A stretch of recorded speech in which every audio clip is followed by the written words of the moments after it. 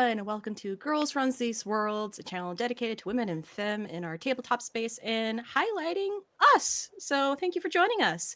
In our game today, we are playing what we call Through the Brambles. This is our story based on the Babes in the Wood game, and it's about children going through some magical woods trying to find their way home. So we'll see what happens to our children. Tonight, I am Natalie, she, they, and I am the narrator for this game. And now let's meet our players and go from there. So let's start with Incha. No. Like I Surprise! Hi, I'm Insha. I play Moth, the little kid that has nothing up there, just nothing going on. And yeah, that's me. Wow. It's almost like I don't know who I am between the woods. Wow. You're just already getting into Moth. It's fine. Nothing up there. Nothing up there. All right. Well, since we have Moth, let's jump to your big kid sister, Yuri. Hello, everybody. My name is Yuri. That is at Yuri, absolutely everywhere. Today I'm going to be playing Moth's relatively older sister, still only 12 years old, Robin, who likes to pretend like she has a lot up there. That pretend, that's the word right there. Yes. Right. Thank you, Yuri. Let's do Rosie. Hi, I'm Rosie, Sweet Rosie B, just about everywhere on the internet, she, they pronouns, and today I am playing Chris, Chrysanthemum, Mum. Many nicknames have been allocated to this character. I love them all. They use they, them pronouns, and they've got nothing going on up there because they don't even have a brain, technically speaking. So, fast friends with Moth. Yes, very much so. Love to see it. And finally, our darling player we missed last week, Meadow. Howdy, darlings. I'm so happy to be finally here with you all. She, they pronouns. I play Trinket, a lovely porcelain doll that you'll be able to hang out with tonight. I'm so excited to bring her to the Hollow. And Trinket uses she, her pronouns. Wonderful. All right, with introductions out of the way, let's jump into our story. It has been a very, very long afternoon, the golden light of day ever so slightly fading into a silver trimmed light of an early evening. The trees sway ever so slightly, the reds and golds of yellows just fluttering a little bit on the wind. The strong, sweet, earthy decay of fallen leaves cling to the air. But slowly it is met by the smell of petrichor as a light mist slowly rolls and creeps around tree and root, practically blanketing the forest floor. Trinket, but hours ago, you think, you had set a pair of siblings off down the road in hopes it'll be the safest route. You had been waiting for the fresh sap that you had applied to yourself to dry, unsure of just how much of the brambles had already started to begin to grow and crawl around behind you. In this moment, why don't you tell us what Trinket looks like and how you are feeling and what is going on with Trinket? All right. Trinket is terrified, little bit shaky. Everything is fine except for when it is not, which is all the time. Trinket is about 3 feet tall, porcelain skin, kind of predominant cracks through all of her body and arms and down to her little fingers, where she has glued herself back together with this sap. I think she's feeling mighty nervous at this moment, mostly because the mist rolling in means that the sap may get gooey again, and then I would fall to pieces, which would not benefit anyone. So just keep it together. Everything's going to be fine. Just hold myself together. Everything will be fine. Yes, it is quite an ordeal after already piecing yourself together physically and now having to mentally keep yourself together. You glance around as you see the mist just starting low, but slowly it's rising up, that moisture and vapor, creating almost a glittering dance of light in the sun rays that are slowly fading from the thickness of the canopy above.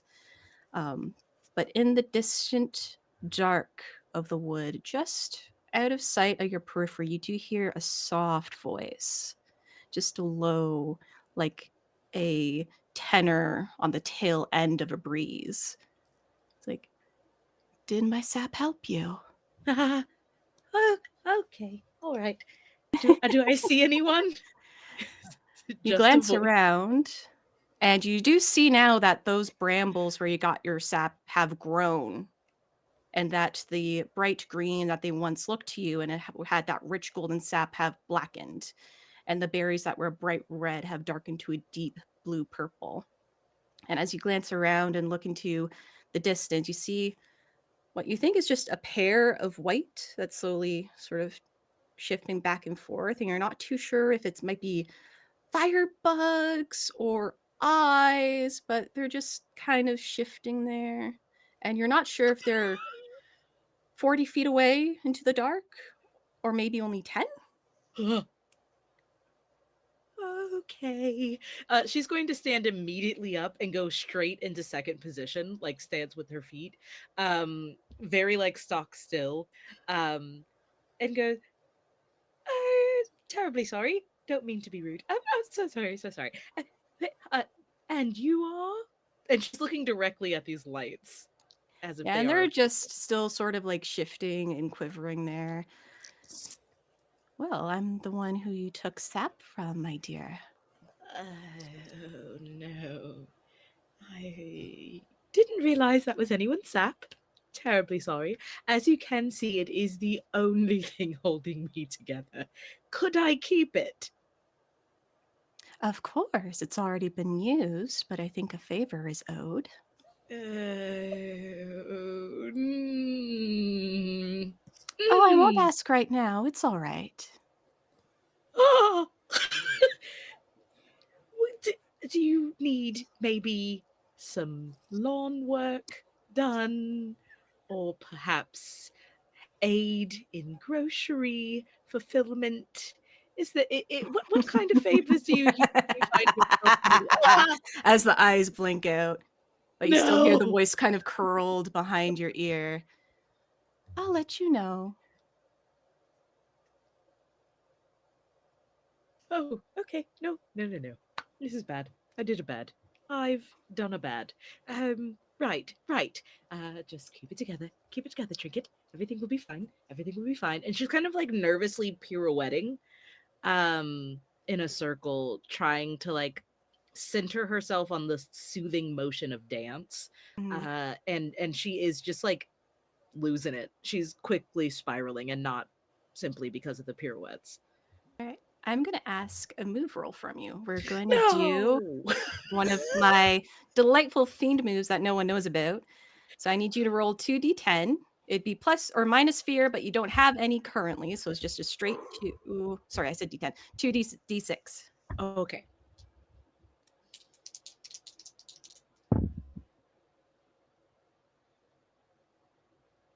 Just adding nothing to it. Yeah. Hmm. And what if I were to tell you it was a 6?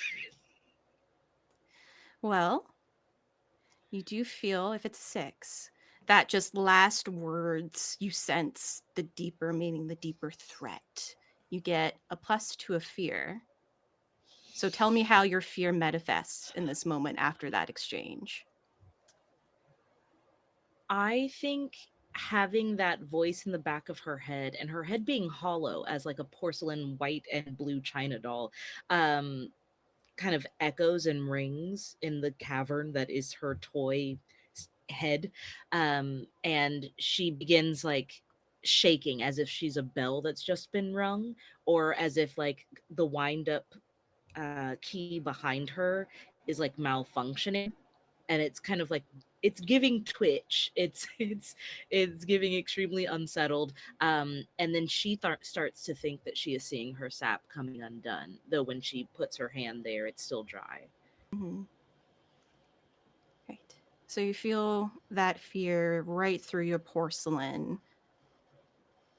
But you do know, for whatever reason, from the seams of the sap, you know the direction that's safe to go. Excuse me.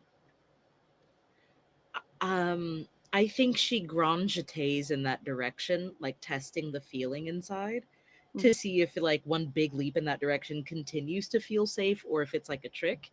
And then if it continues to feel safe, she will begin like on point shuffling across butterfly feet across the Mhm. wood floor, yeah, to head in that direction.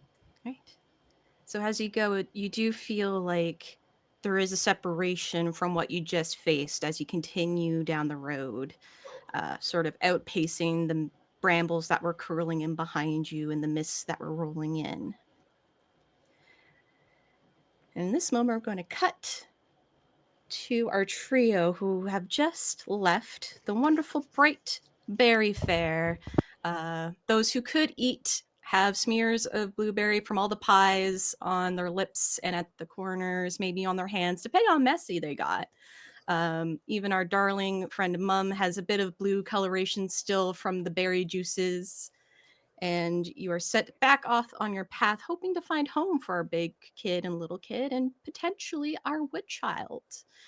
You do see that there is kind of vapor in the air, that a mist is coming in. So you got like that dampness feeling, which to you, Mum, feels very refreshing. After all that sunlight and stuff, having a bit of moisture on your leafy skin feels good.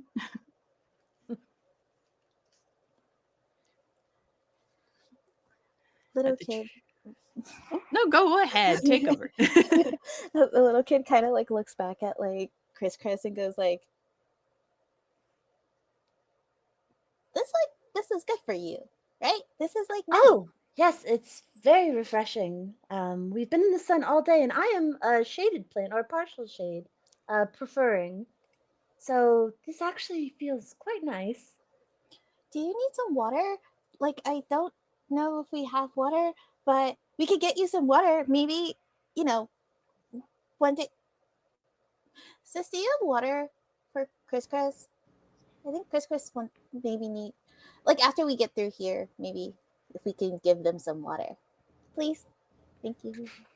I mean, when we get out of here, and she puts her hand in her pocket and just brings out like a wad of like Halloween candy from her jean pockets. She's like, but none of us have any right now. I don't think so. Which means we should keep going. I really don't. Oh, I. She looks at her boots like really sad. She's like, I really hope it doesn't turn to mud. These took me forever to get clean. I mean, Chris, do you think that this will turn to like rain or rain like on the ground, and then like all of a sudden like the mud will be like, eh, and then like sister's boots will get like, ugh. Am I able to tell if a rain is coming? You sort of let yourself open up to the moisture to feel it sink into the stem and leaf of your person. And you don't really sense there's going to be any big torrential rain coming, maybe just the light mist. It's hard to say. I don't think there will be any. There might be a little bit of mud, but not a lot. Not in, for your roots should stay quite clean. Oh, good, good. That's really good. That's really good. Mom would kill us if we walked in all muddy. Yeah, mom doesn't really like shoes in the house, but um didn't mind when you brought what's his name home, and then he like kind of like tracked all the mud in the house, and then he kind of like, you guys disappeared, I don't know where you went, but that was cool. And then but you know, mom not really mad at that. Yeah, yeah. She wasn't mad. Not. Yeah, she wasn't mad. It's maybe when you get older. We'll No, talk about that she later. was mad. She was screaming at him and told him to get out the house and also threw the shoe at him. Oh, the Yeah, complications. maybe that's not something we should talk about in front of your new friend. Aren't you Make trying to mom sound so convince her to? scary. Yes. Yeah, aren't They you trying to yell. You convince say her they're to going to come home kill with you. us? Oh, Very scary. that's true. Mom, You're mom, gonna mom's make her not that. stay away. Well, mom's not that scary. She's just kind of, angry a lot. It kind of like feels like she's like a lion, and then she goes, "Arr!" And then like she never really like stops. As you're saying that sentence, you don't see anything coming up, but for Trinket, as you're dancing down the path, you do overhear just a small voice going, and then she's like a lion. She's like, rah! Immediately, Trinket is going to, I think, recognize this voice. And would go, they're still not out of the. Okay, it's fine. It's fine. I'll just give them better directions this time. And she's going to like open the bushes to look out and make sure it's who she thinks it is. And as soon as she recognizes them, she's going to absolutely like massively jump spin entrance into the clearing uh, and go, you should be home by now. Is this your mom? Oh, no, no, no, no, no, no, no, no, no. Wait, No, my dear child. Wait, there are more of you than did you there were follow last us? time. As No. Trinket, you see some sort of flower-like being child. Just maybe a little bit bigger than Moth, but full of flowers and green skin, nice kind of roughed up clothing. Oh, So visit. not only did you not leave the woods, as I specifically told you to do, but you accrued another child? Well, this is Oh, Chris. Chris is my best friend, and they're really yeah, really cool. They like we found Miss. them. All right. Wonderful. Hello, Chris. It's wonderful to make your acquaintance, darling. Um, could I We've talk been to you walking for quite a while, though. could I talk to you privately, Robin, as the eldest? Oh, oh, yeah. I am the eldest. You could, yes, you, Oh, Moth and Chris, you guys can play while me and the pretty lady talk. So yes, and she walks after you. uh, she spins over there and takes your hand very gently. You feel like the cool porcelain of her hand on top of yours, and go, "What has happened since we parted? Is everything all right? Because you're Um, still here." yes, yes, we are. So we found um a little plant, and then Moth kind of like talked them into coming along with us because it's like, oh, I want a mom. Oh, you can come meet our mom. And then it was a whole thing. I tried to stop them. I really did, but I, I, yeah. So they're coming along, and then we walked in the direction that you told us to walk, and I made sure that we were going in that direction the whole time, right? Because you told us to, yeah. Yes. And so we walked for a very, very, very long time. And then we met some mice and a bird. And then Moth helped the bird and got his hat back. And then the mouse lady gave us pie. And then we kept walking in the direction that you told us. And then now you're here. And um did you follow us? Darling, I would never follow you. I am a leader. In fact, I will lead you to safety by simply knowing the way in my bones. And she Do you spins back have over. bones? Well, the metaphorical sense, dear. You must Right, a understand. metaphor. It's a I turn know of what that phrase. is. Mm-hmm. it's like a thought with another thought's hat on, and she'll move over to both of the younger kids, and I mean she's eye level with them. She's not bigger than them. Uh, and will put her hands on her hips and go, "So, I will be in charge because I am now the eldest, and I will make sure you all arrive safely at whatever home it is you came from. And you, dear Chris, you may accompany and acco- uh, is Chris coming to your home with you? I hope so. Wonderful. I would like I that very mean, much. I suppose. All Yeah. right. Well, I've never seen it happen before, but I'm sure we can make it work. We'll get you to where it is you would like to be. First and foremost, and she's going to like kind of close her eyes and stand up on her tippy toes and see if she can feel where the right direction is again. All right. So I'm going to say, since our darling Trinket's taking charge, you're going to make our move roll for our night, which a move or wood roll, only one kid per session gets to do it, and you have to do it in rotation. So Chris did it last week, so it'll be your turn this week. So I need you to just roll me your 2d6s and tell me the total. You got it. Okie dokie. You can That is a add a hope. 5. A 5. Oh, I can add a hope and a fear? You'd be adding a hope minus your fear, which I think now it's canceled out because you got a fear. Yeah. Yeah. I was about to say they wonderful. Then it's just a 5. Just a 5. All right, this is going to be very funny for a moment. So eagerly, you do feel a way to go. But there's something that separates you from the group. Just for a moment. So you can decide whether it's something, whether you rushed ahead or maybe the others got distracted and didn't see you go. How do you get separated for that moment? I think just for a moment, she senses the right way to go, but feels like she's being watched by that pair of floating lights, and kind of like says, "Ah, yes, it's that way. I can feel it."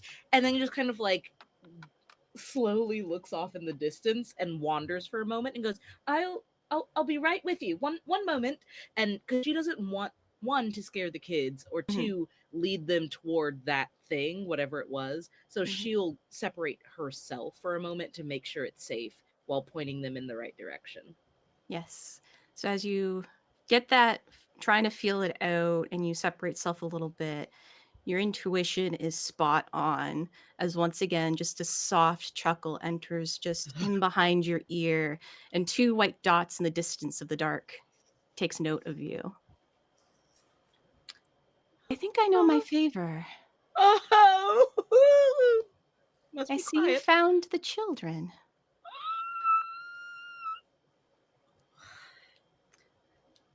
I did. I am going to get them to safety, absolute safety, and nothing's going to go wrong, and I'm not going to fall apart. Is it the groceries you would like? Oh, I'm not hungry for groceries. Oh, how uneasy I feel. Good. And you see just sort of some curling bramble branches come out in front of you, the berries bright and glistening and full of juice. Are these safe to eat? Well, I always felt they were. Take some. Take, just take them. Just, and that's the favor, and everything will be well. Yes, take some, and if the children get hungry, offer it to them.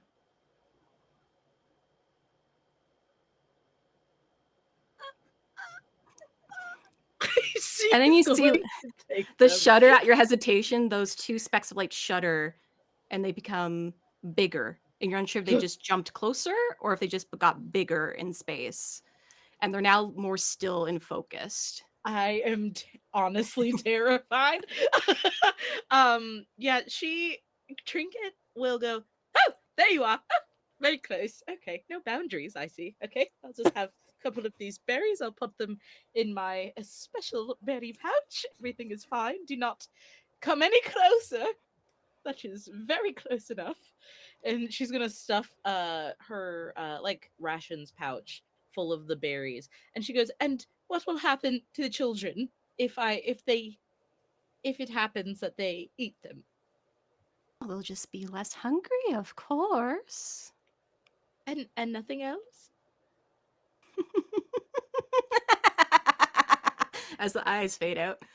Uh okay, great. Um okay, I keep them and I'm thoroughly creeped out, and I will go skittering after the children. I think you can hear like she's not shuffling daintily, she's like sprinting towards the children, so you can hear like the little tink tink tink tink tink tink tink of her porcelain feet, like her ballet shoes running on the pathway.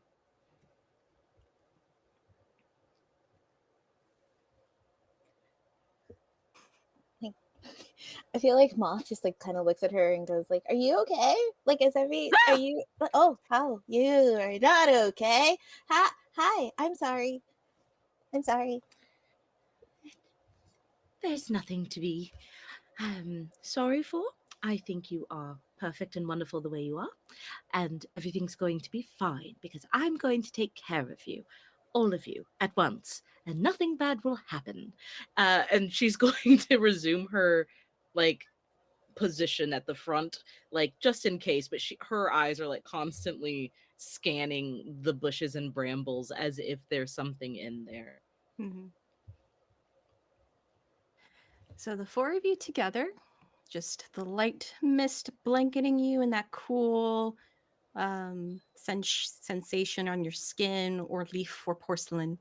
You continue on the dirt road path, and as you come along, you hit a bend and go up and down some hills and over some fallen trees until eventually you start coming down a very, very, very steep hill. Luckily, it's not been wet enough for it to be mud that you just slide on down, but it is fairly steep. You sort of have to take it at a side step to make sure you don't go ass over tea kettle down it. And as you're slowly going down, you see just off to the side something peculiar, or maybe not, depending on the imagination.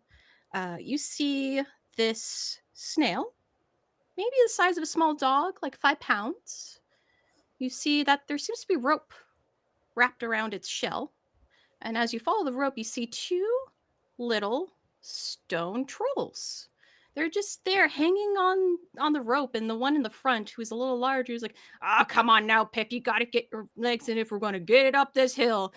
And the one behind him, a smaller one, goes, "Ah, Greg, well, I'm trying my hardest here." As they are trying desperately behind the snail going up this very steep hill, but there's no movement. I feel like Moth was just like immediately like kind of like doesn't like to see like anything tied to ropes, and she's just like she goes up to them and goes, "Hey, what are you doing to that snail? Why? Why? What are you doing? What are you do? Tell me." Wait, moth, wait, no, So as oh you're god. talking to the little stone trolls, the smaller one in the back's like, "Oh look, Greg, look who's talking." He's like, "It's okay, Pip, quiet down. I'll take care of this. You're being cheeky. I'm This being snail's helping us. We're trying to get up this hill, and the snail stopped to help us. Don't you get cheeky." what? I'm not being cheeky. You're trying to have a snail go up a hill. Well, does the snail talk? Like like Moth literally goes to the snail, like in front of the snail, and just like goes like, "Are you okay? Do you need any help? Is everything okay? Please tell me. Blink twice if you're okay. Just go like this." The two eye stalks, as its head slowly turns, just kind of, "Oh," and it just sort of stays there, and it looks back at the two little stone trolls, and they are in height smaller than the snail. Um, but whatever they're trying to do, just nobody's moving up this hill. Um, Hi. Yeah, sorry about my little sister. She just, is worried. She really likes animals and is worried about it. Um, can you guys talk to this snail? Is Well, of that a course, we thing? flagged down the snail when we were needing help. She was just zooming on by, and her name's Samantha, by the way. Aren't you named Samantha? And the stalks kind of like go up and down a little bit as she like turns back, trying to get them up the hill, but not moving. But I think our predicament Okay. is we're just a little too heavy still. We've been trying to hike up this mountain for hours. Oh, what if you somebody agrees to wait and this snail takes you up one at a time? And then maybe you won't be so heavy for it. Hmm. And the bigger one that was at the front sort of ponders a bit, but the smaller one at the back that you heard was referred to as Pips. Like, oh, well, I don't want to be separated from my brother. That's quite a big, big separation right there. He just Hmm. points to the top of the hill, which for you all, not that far, but these are just little trolls. Do they Hmm. look, because I know they're made out of stone, but do they look like they would be too heavy for us to carry? Hmm. As you're sort of observing them, you're unsure if maybe they might just be the weight of maybe a garden gnome back home, or maybe just like a really large stone. You may have to only do it one at a time. You won't know until you try and lift one with permission. Moth kind of like bends down and goes to like Pip, especially, and like goes like, "If I can, I carry you up the hill, and then like Robin, do you want to carry the other stone guy? Hi, stone guy. I'm sorry I yelled at you, but do you want to carry him up the hill, and then we can both carry um, them up the hill, and then the snail can come up the hill." Not really, but I can do it. Yeah. And Pip just goes, "Oh, well, hang on a second. Craig." And they both start speaking in like these gurgling, grinding sounds. Like, all right, if you're able to go up with us together, then yeah, it should be okay. Should be okay. And Greg unlassos Samantha the snail. It's like, all right. Yeah, sorry, it's just us stone trolls always stay together because family is important and we only got each other. We're sisters, so like we kind of know that. That's a really big thing for us, at least for me. I don't know about my sister. Am I Yep. like? Do you want to stay together for like ever, like ever? Sure. I mean, I'm pretty sure when we get like a lot older, I think we would have like uh we get married like mom and dad. And so then we would have to, yeah. But for now, definitely. Sure. Yeah. I will Mr. Oh, Craig. Yes? Right. And she turns to our other two companions. Are you No, I don't to no, I don't want to risk that because your arms would just probably he might be too heavy. They'd just pop off and that's not good. And you are and she remembers like how easy it was to just toss them over the fence. She's like, and you are probably going to bend. Yeah. Yeah, no, I'll do it. Yeah, if you can come closer. Are you guys going to wait here for us? I doubt you want to climb the hill again. I can help get Samantha up if she's also going. Right? And I'll provide good moral support. And she's going Right. to hop in the front and start like marching. Okay. Chris will take one of the flowers from her like body, I guess, from her head, and use it to like lead Samantha as like a snack. Yeah. So Pip sort of just Na's like, "Oh, see, Craig, they're not that cheeky at all. They're just being nervous out in these old woods." And Craig's like, "Mm-hmm. Well, you know what? It's good to keep an eye out of here. It's all right. We understand. We know what goes on out here. Um, just remember, if you're gonna lift us, use your legs. Don't try and like brace with your back. So get under. Lift with your knees. I know that one. Yes, get right under and just do a slow lift. If you feel twinge, just put us back down, but gently. You don't want to get stuck in the ground." Like Moth, like slowly uses her legs and then lifts Pip, and he's like, "Oh, you're very light. Like not like too light, but like stone light. Like you're cool though. It's kind I'm of Moth." like the weight of a small stone statue that you'd find in a garden, so not terribly heavy. Maybe for a little kid, still a little heavy, but yeah, it's like, oh well. I mean, I try not to overindulge in my roots. That's important. Um, Also, you know, it's good to just be, and also it's good to have your brother. It's a nice thing to have your brother. And as like they're kind of having a conversation, she's like kind of putting her feet into like the dirt to like go back like up the hill with this like stone statue. And she's just like, conversation is nice when you Yep. have like something stuck in your hands. But Moth kind of just like looks at him and goes like, it is really nice to have your brother. Is it like you guys been like together for like a very long time? Well, for all my existing memory, yeah, Yeah. he's been looking out for me. I've had my sister around the same time too.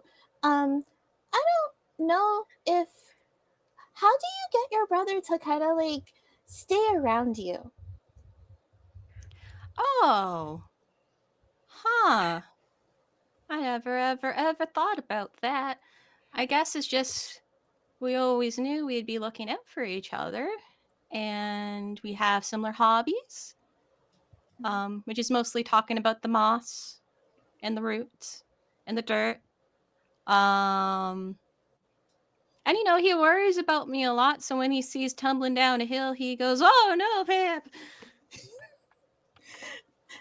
My sister kind of does that too, but then like kind of when Well, that's how you know they love you. yeah, but sometimes like she leaves me and like I don't really have anybody to hang out with, and I get kind of sad. But I don't kind of get sad all the time, but I just kind of get sad because like I'm just like I kind of just want to hang out with Robin all the time, and like I can't. And it it's a bummer. Maybe if I talk to her about Moss, then like she'll like hang out with me more. But like I only just want to talk about like movies, and then also like draw like weird monster figures, which is kind of like odd, but I think she also thinks I'm weird, which is nice because I like being weird. But at the same time, yeah, I just want to hang out with my sister a lot more. Mm. Well, I don't know anything about what you just said, but as a child, I'm only 500 years old, but my young experience is, you know, they're going to have their moments as the older ones. They experience the world. We're going to have our moments, right? We're going to want to experience the world and adventure. I'm sure there's been times where you're just like, they're holding me back from going there. And he just like points to a random rock on the side of the road and is like, Do you want me to lift that one too when we're done with you? Oh no, that one's fine. Oh, we're just talking. Look, Yeah, it's like a yeah. no. But yeah, there'll be moments where you get frustrated with each other and you're just like, oh, I'm gonna go away. But in that time, you're going to think, oh, I miss them so bad, and you're going to want to hang out. Yeah, I kind of hope that Robin feels the same. One day, I want her to have friends, and it's good to have friends. I don't really have any friends at school, so it's like I kind of always just want to be like, I want to be with my sister, but then she like kind of leaves. But I understand what you're saying, and I'm really, really excited to kind of like be able to talk to her more. And I hope that she really feels the same way because I would like to hang out with her more. But I won't push it. I Well, promise. it'll all come in time, and don't worry about friends. I mean, we're making friends now, aren't we? That's true. Can I come and visit you guys? Well, if you can find us, we're on a journey to find a porch to hide under for our next couple centuries. Oh, all right. Well, when you guys come out, you're always welcome to our house. We have, Do you have a um, porch? A stone troll's like hiding under porches. we do have a porch. We have actually two, one in the backyard and one in the front yard. There's a choice. There's a choice. He sort of like stares off, and we'll cut to our next pair trying to go up the hill. Beautiful. Yeah, it would have been. Robin would have been so awkward about it because they don't actually want to do this, but they're like, it's the nice thing to do, and we can't have the other two are going to like it's the rock, and so she's very resigned. um, and so they grab them, and they're trying not to be weird about it, and because it'd be easier if she brings him up like, you know, like a baby with her arms crossed, because then the weight can settle. But she's like, he's gonna get mad or offended. I'm trying to hold him like a baby, and so she doesn't want to do that. And so it gets a really weird kind of for a little couple minutes before she settles on something that Yeah, is you just comfortable hear for both Greg of through's them. like, "Girl, just pick how you're gonna pick me up and go for it. Just make a decision and go for it." And they're like really, and then it's awkward the whole way up because she doesn't talk to him. Yeah, he's just staring at you. and so, but the thing is, I like to imagine that Pip and Moth, they're kids, Mhm. and kids talk very loud, and they don't realize that voice carries, or that people that aren't in the conversation can hear the conversation. Yeah. And so they're walking in silence, and Pip and Moth start talking, and Robin realizes they have no idea that we're listening to them, and because we're not having a conversation, it's just silence. Mhm. Um, and so then when Moth and Pip start talking about us, it gets more awkward, and she's just trying not to make eye contact with them as Is he she's still just staring at you? as they're just listening to Pip and Moth's conversation about them. Um, and yeah, that's just awkward the whole way up. She's just bearing with it. And just Um, at some point in that silence, he just slowly pats your shoulder from his position. I Like, wonder it's what all it right, feels kitty. like to be pat by like stone. That's awesome. Yeah.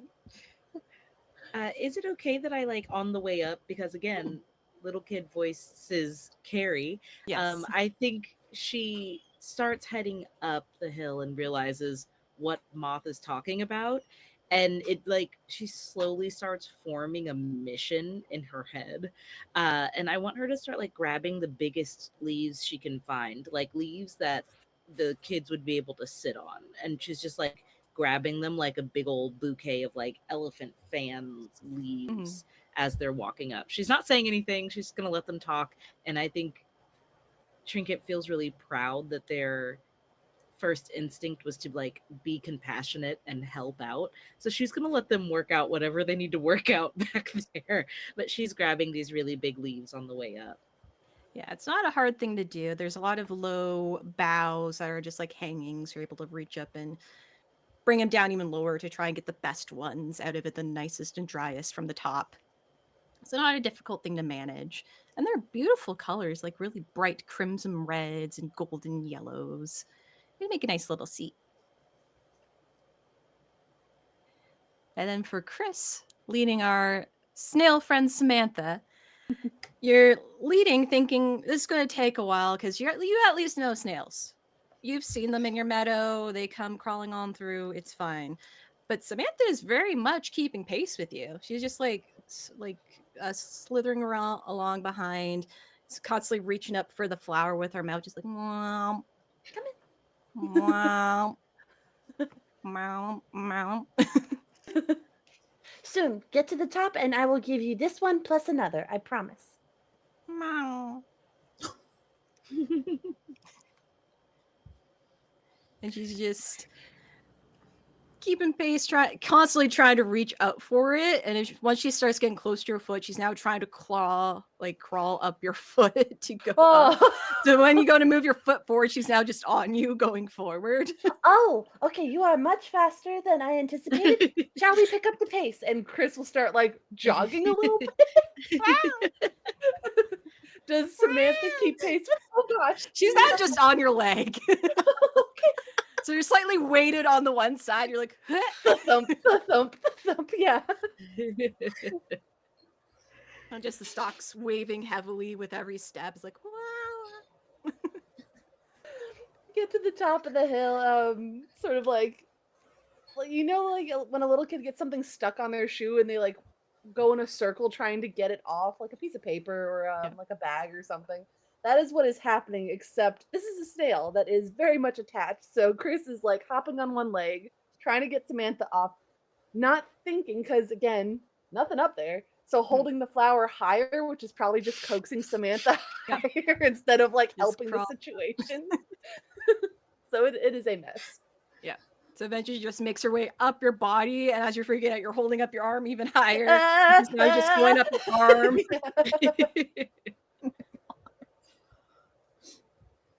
Eventually she'll get to it, but I'm just like, okay, Samantha's here now.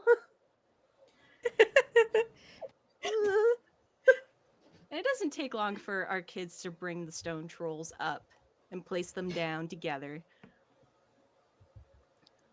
And Pip's like, oh, well, there we go. We finally made it up the mountain. Ain't that right, Craig? He's like, mm-hmm. As he's like still staring at Robin. Right. Well, you are very welcome. I will just, and she's trying to like put him down very like gingerly again with the awkward, how do I, okay. There, up at the same time.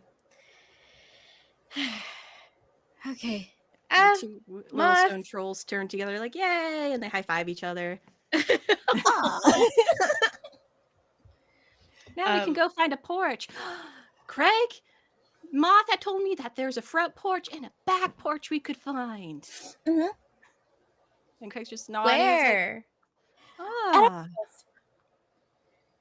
Our house. Yeah, because we have like the back porch, and that like is in the backyard, and then the front porch is in the front yard. So like they can like each have like their own porch, but then like visit each other in the porches.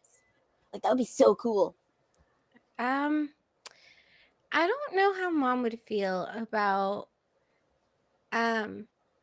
more you coming home with more. Because we're already taking Chris. Yeah. So I don't want to get in trouble. But even if I tell her it was you, she's going to blame me because I'm the oldest. So, I don't know how I feel about that. Well, No offense to you. And she looks Craig. at the trolls. Craig pipes up, is like, don't worry about it. We don't where your home is, and we had already planned going this way, and it seemed you're already going to that way. And it's like, oh, yeah, I guess. I mean, I guess if we come across what happens to be your house, we can be under the porch. You won't really know, we promise. And Craig's Okay. like, that's true. Us trolls are good at hiding our presence. But since you've been nice to us, you'll have the troll good luck. And he kind of... Is that the present? Sure. As he kind of Trolls looks are good at hiding their presents, sorry. And he kind of thinks for a second. He's like, we don't really carry anything, do we, Pip? And he's like, oh, no, Craig, we do not. You know what? And he like reaches on top of his head where it's just been like a mass of moss and just pops it up. So it's just now a smooth, bald stone head. Like, here, have some moss. Thank you. This is really nice.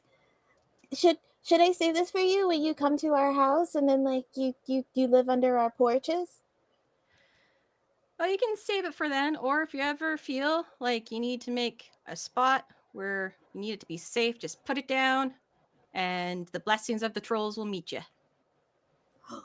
That's so nice. Thank you so much. I'm sorry I yelled at you before. I didn't think that you were like really. I thought, well, I thought you were going to be mean to the snail, but you were actually really nice to the snail. So I'm really happy that you guys are nice. And thank you, Pip, for the talk. Oh. This was really, really sweet. Right, Oh, the yes. snail. And she turns around and looks at Yeah. looks at her wild child with just like a huge thing up its arm. Yeah, Craig kind of looks up, like, oh yeah, Samantha was just zooming by. She offered help, and we thought, oh well, we could have someone try and pull us up, but I guess we're just a little too heavy for her. But yeah, she was just on her way somewhere, so I guess this is where we say Can you goodbye. go back on your way, Samantha? No. Chris, I And she think now for me very that's sad. slowly goes down. And I think like the snail slime is just going to like absorb through the plant Yeah. skin. Very moisturizing. Oh yeah.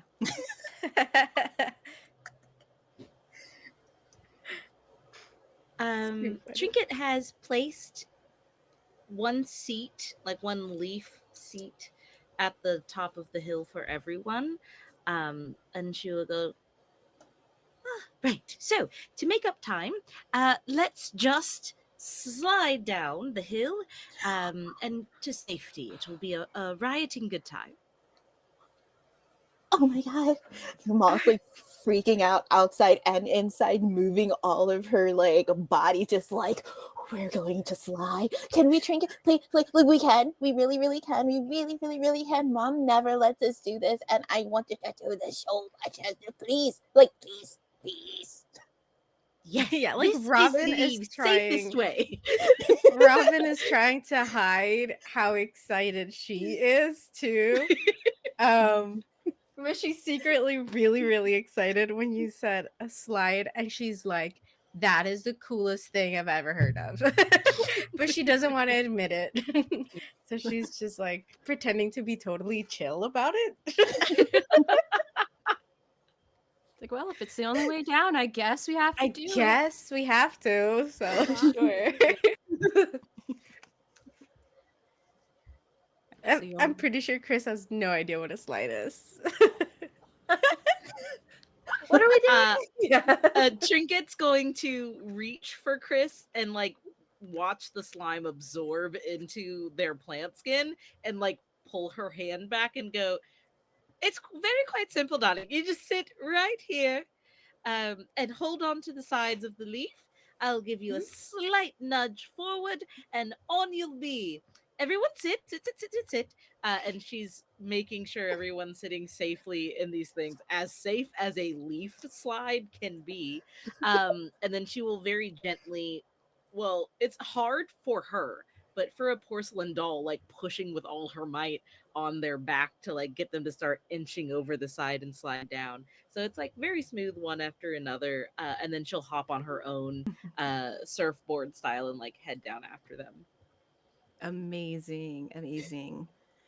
So it sounds like a good chance for someone to maybe realize something about themselves as a problem was solved here.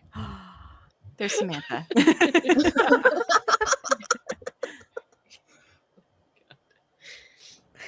Love it. So does one of our kids feel like they learned something in helping the trolls that they think gives them a bit of hope? Yes, I think it's not as much as the fact that they help the trolls, but like a byproduct of it. With like overhearing Moth's conversation and that really awkward silence on the way up kind of like made her realize that a couple of things. One, she has been trying to spend as much time as she can with her new cool middle school friends, right? Which has led to her spending a lot less time with Moth, which she didn't really like think about too hard, right? But she comes to like realize just how much Moth misses them hanging out. Um and kind of decides like maybe she'll make a little bit more of an effort when they get back to not have her feel so left out. Okay. Right. So you can Moth add hope. Moth kind of realizes that she's kind of like has to like give her sister like the grace to kind of like come back to her whenever she's like go fly free, but then like she's always there like for you and she loves her even though like it doesn't like I guess to Moth like it's still a little heartbreaking and she feels like she loves her, but she's kind of just like but I have to let her do her. Like I have to because she's getting older and she's getting cooler and I want her to be happy too. um so that's like one thing that she really realizes through her talk with Pip.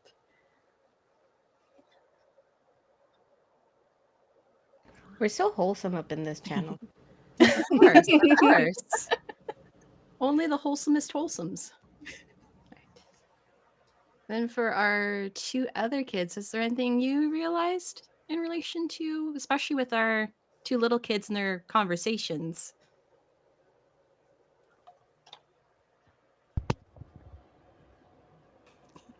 Chris, would you like to go first? I am thinking through. I think this is the biggest instance that Chris has heard about moms in a very like big way. There's the big like scary, oh mom's gonna kill us, mom's gonna be so mad, mom's gonna scream, mom's gonna yell. So that is sort of in discordance with her being, which is the joy of a child to a mom. So in this moment, not in a bad way, but her view of what a mom is has gotten just that little bit more complex. Again, not bad, just there is now a fuller picture. Hmm. So that's what's sort of rocking around in the emptiness of her noggin right now. As she's sort And of putting those pieces together. Yeah. and as for Trinket, I think she's just now starting to see the darker side of the woods, and she's becoming more and more determined to make sure these kids don't have to ever realize it exists or encounter it or see it. And I think because now that she knows it's there, it's less doom and gloom of like you have to get out of here, and more of a like I need to make sure you guys are having fun, not looking too deeply into the shadows.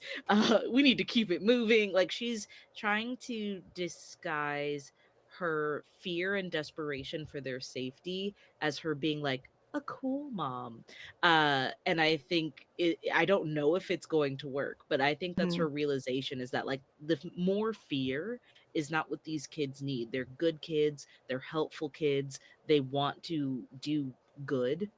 And so she wants to kind of foster that and make sure it doesn't get squashed under the fear that she's always feeling. Mhm. All right. Well, then I do have one question for you, Trinket. With the sledding idea, did you ever watch your best friend do this? Yes, this is where I got the idea from. Snow days were a big thing with the kid who was my kid for a while. And when she would leave my music box open, she would like crank it and run outside. And I could see her down the hill on like random plastic trash can tops and whatever kids could find, old boogie boards from the beach, and just Mhm. watch them slide for hours.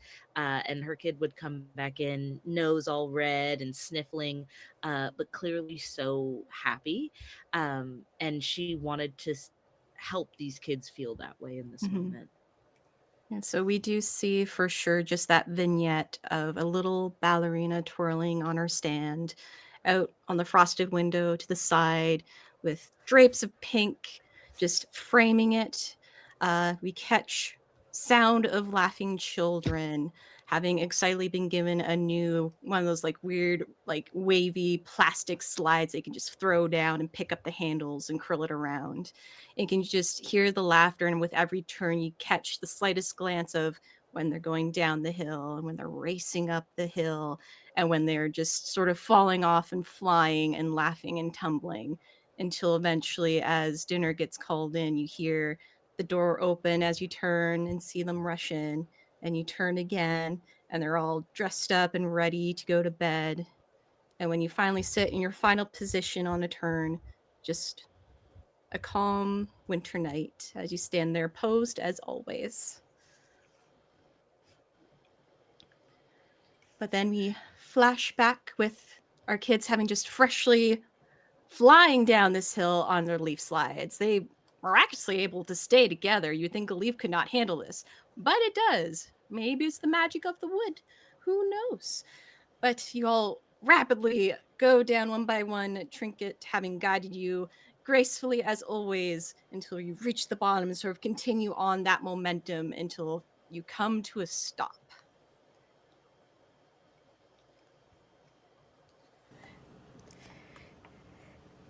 I want to go She- again.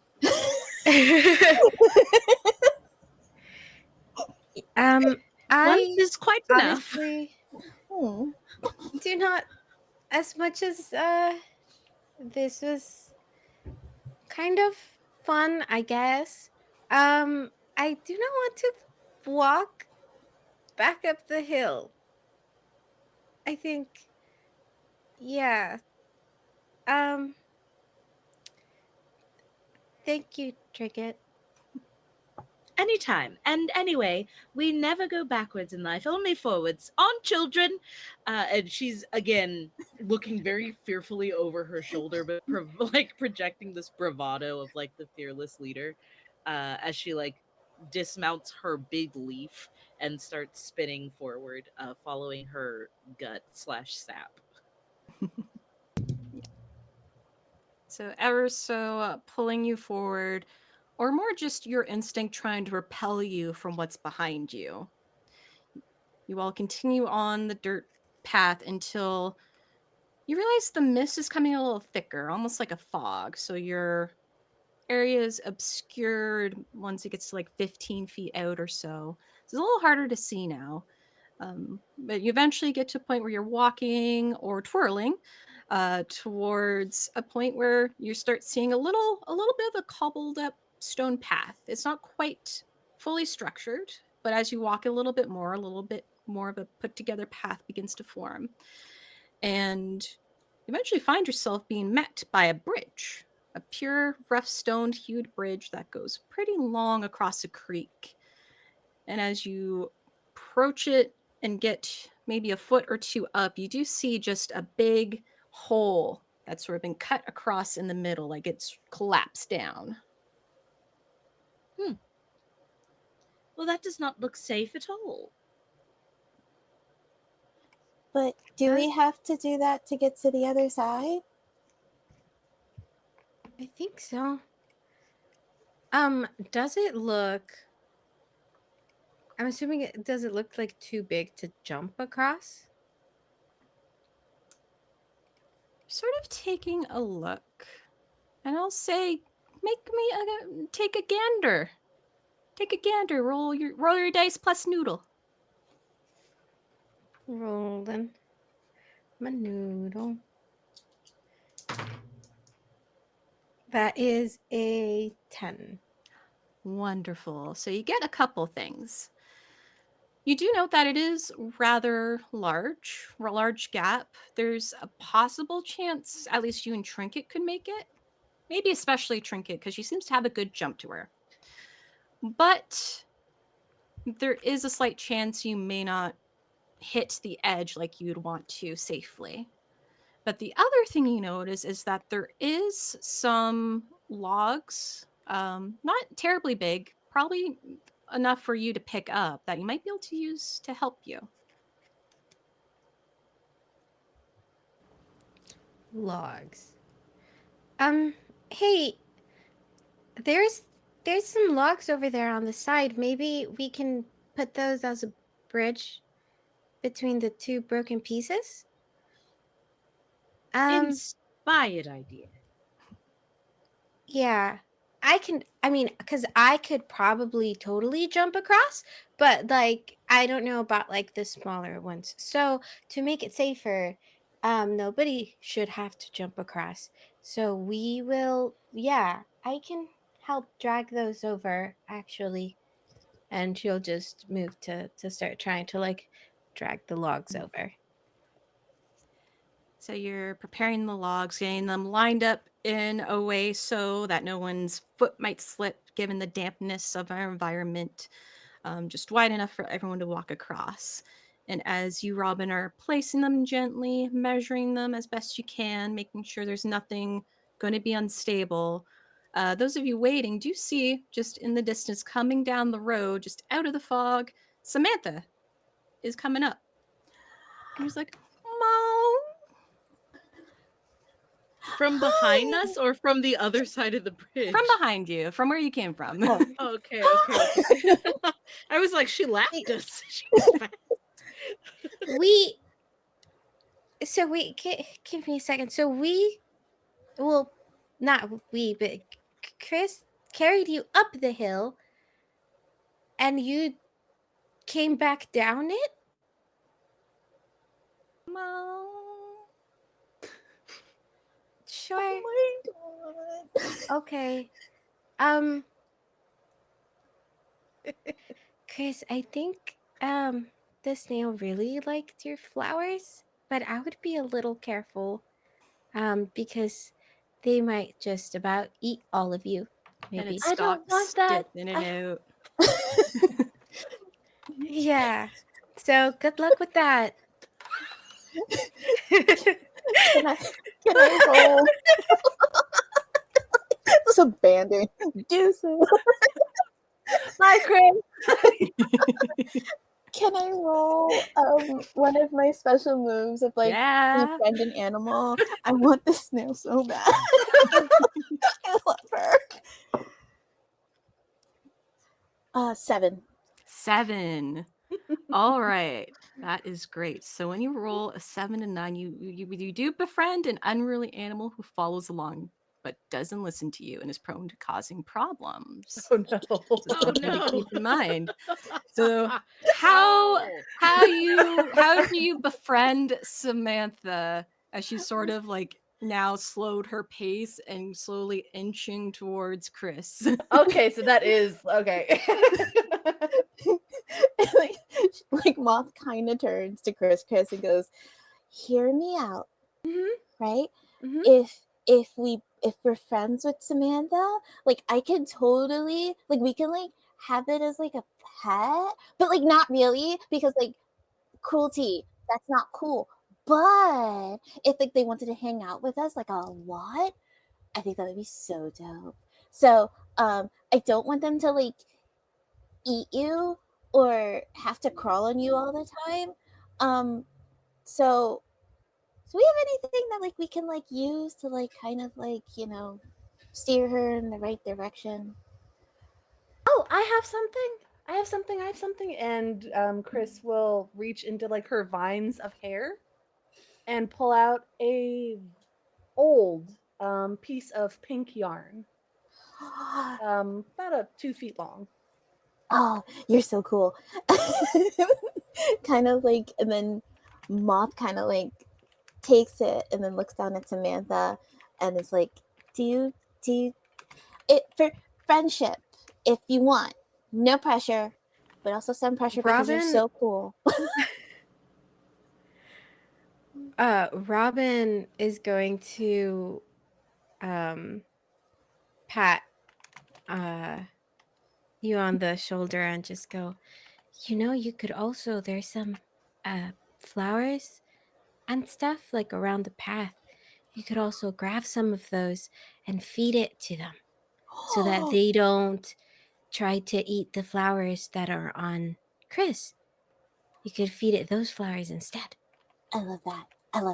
That is amazing. Thank you, Robin. And then like Moth sprints, goes over to like the flower patch, and then like kind of like gets a armful of whatever's there, brings them back, and then like kind of like has them like like like after like a Broadway show just wants to present the flowers, just to be like, you're doing amazing, sweetie. Just kind of just like puts them down in front of Samantha and looks at them and just goes, me, you, Chris, friends?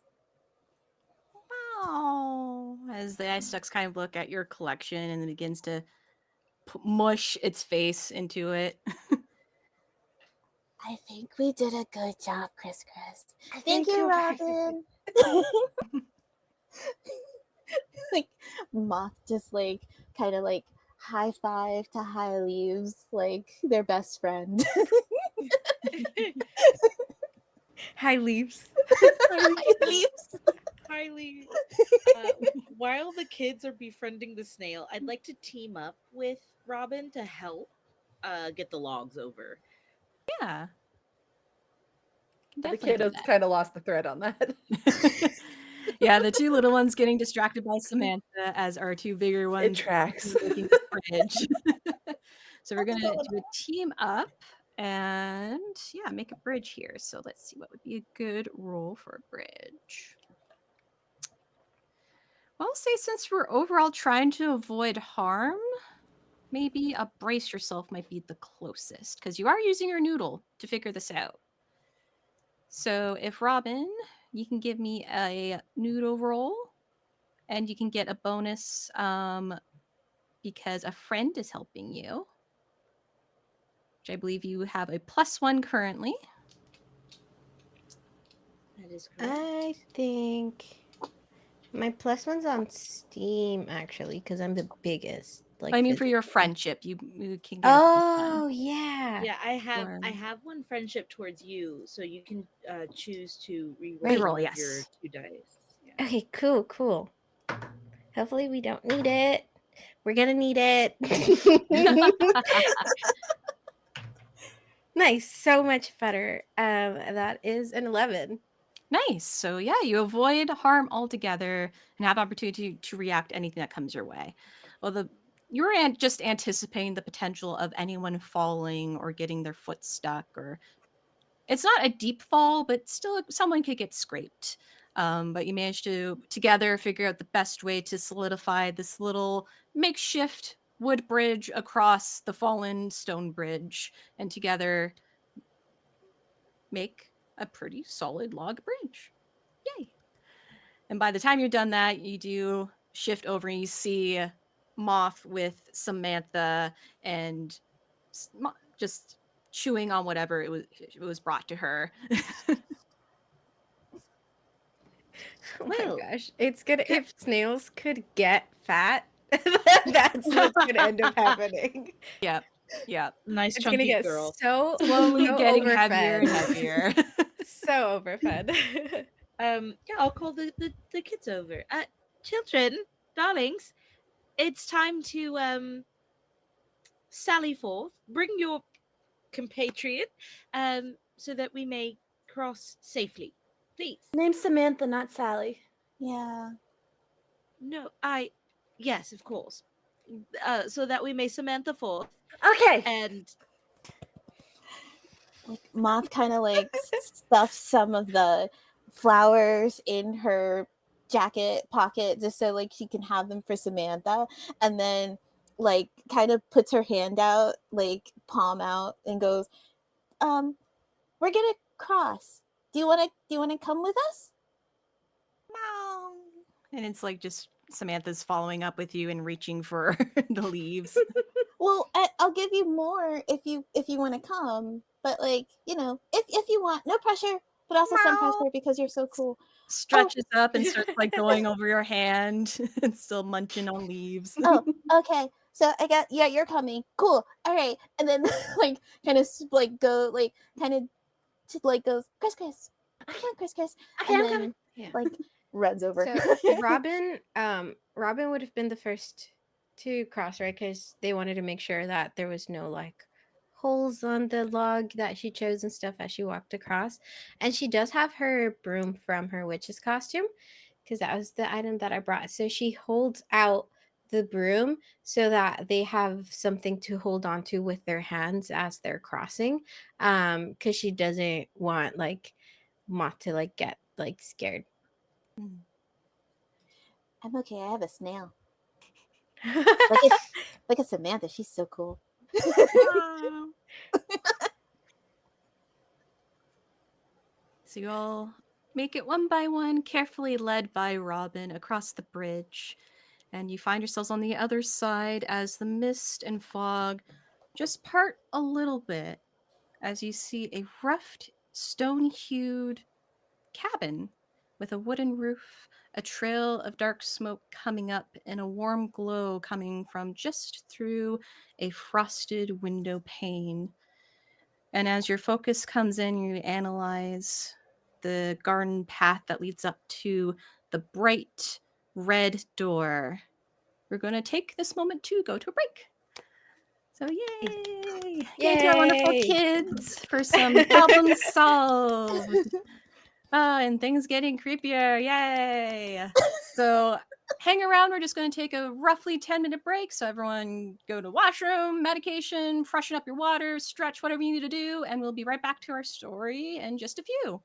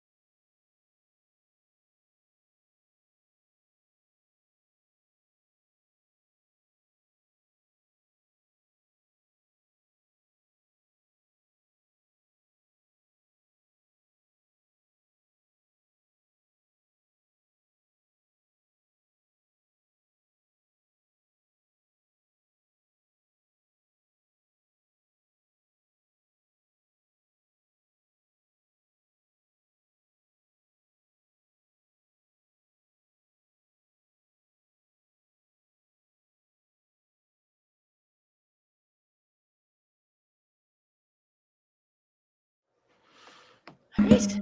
Hi, everyone. Welcome back. Hope you had a good break as we did. So let us get back to our story here where we left off. So our kids had just solved the problem of getting over the stone bridge by making a new little wooden bridge.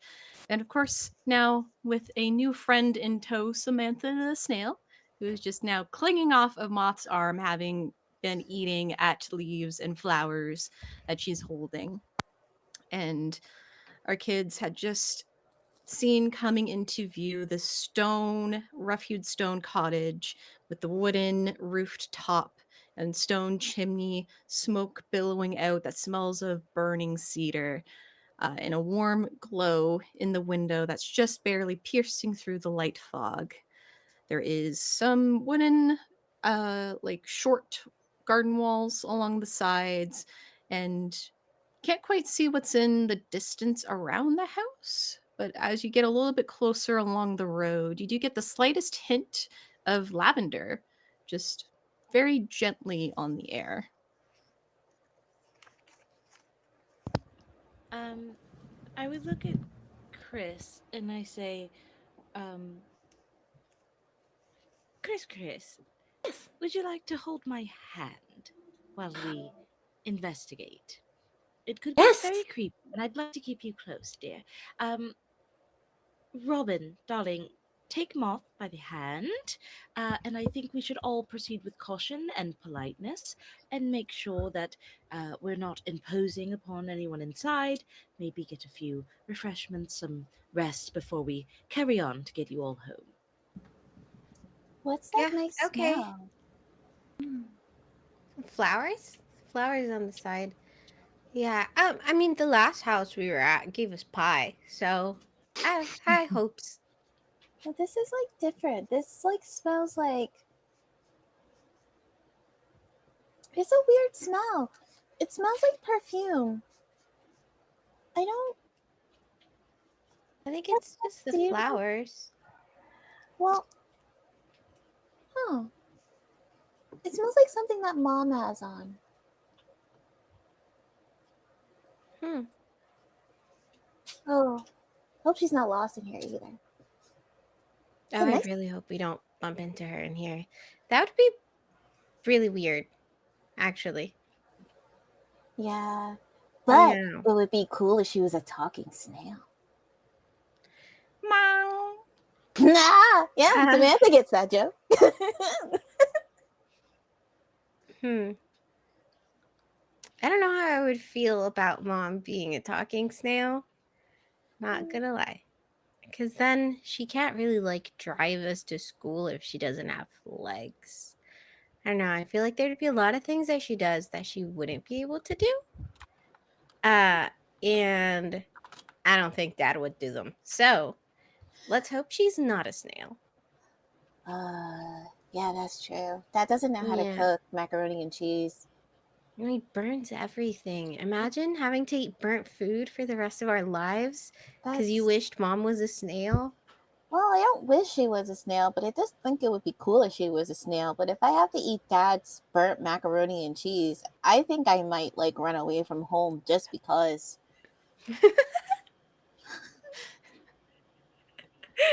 We're saying this as we're Yeah. walking closer to the house, by the way. Like we're walking and talking. Yeah, you meet just this rickety wooden gate that's already sort of half swung open, and it's not much effort. And you hear just a very low "Grrrr" as the hinges creak from being rusted and old. And coming up the remaining path towards this cottage, you do see there's just on the red door a wreath that looks like maybe it's made of junipers, like juniper boughs, sort of circled on it. You can catch through just the slightest of curtains on the frosted window panes. And it's just the one window sort of illuminated. And your best guess is maybe that might be the room with the fireplace. Um, Glancing about, you do see just some garland sort of wrapping around the railing of the front porch. And it's a small porch. Just wooden, kind of rustic, sort of splintered up a little bit at the edges. Maybe it hasn't been cared for a long time, or is just so old that whoever owns it hasn't been able to replace it. There is a rocking chair that's slowly creaking back and forth. Um, could just be the wind. There's a mild wind, but it's just slowly creaking a little bit, rocking.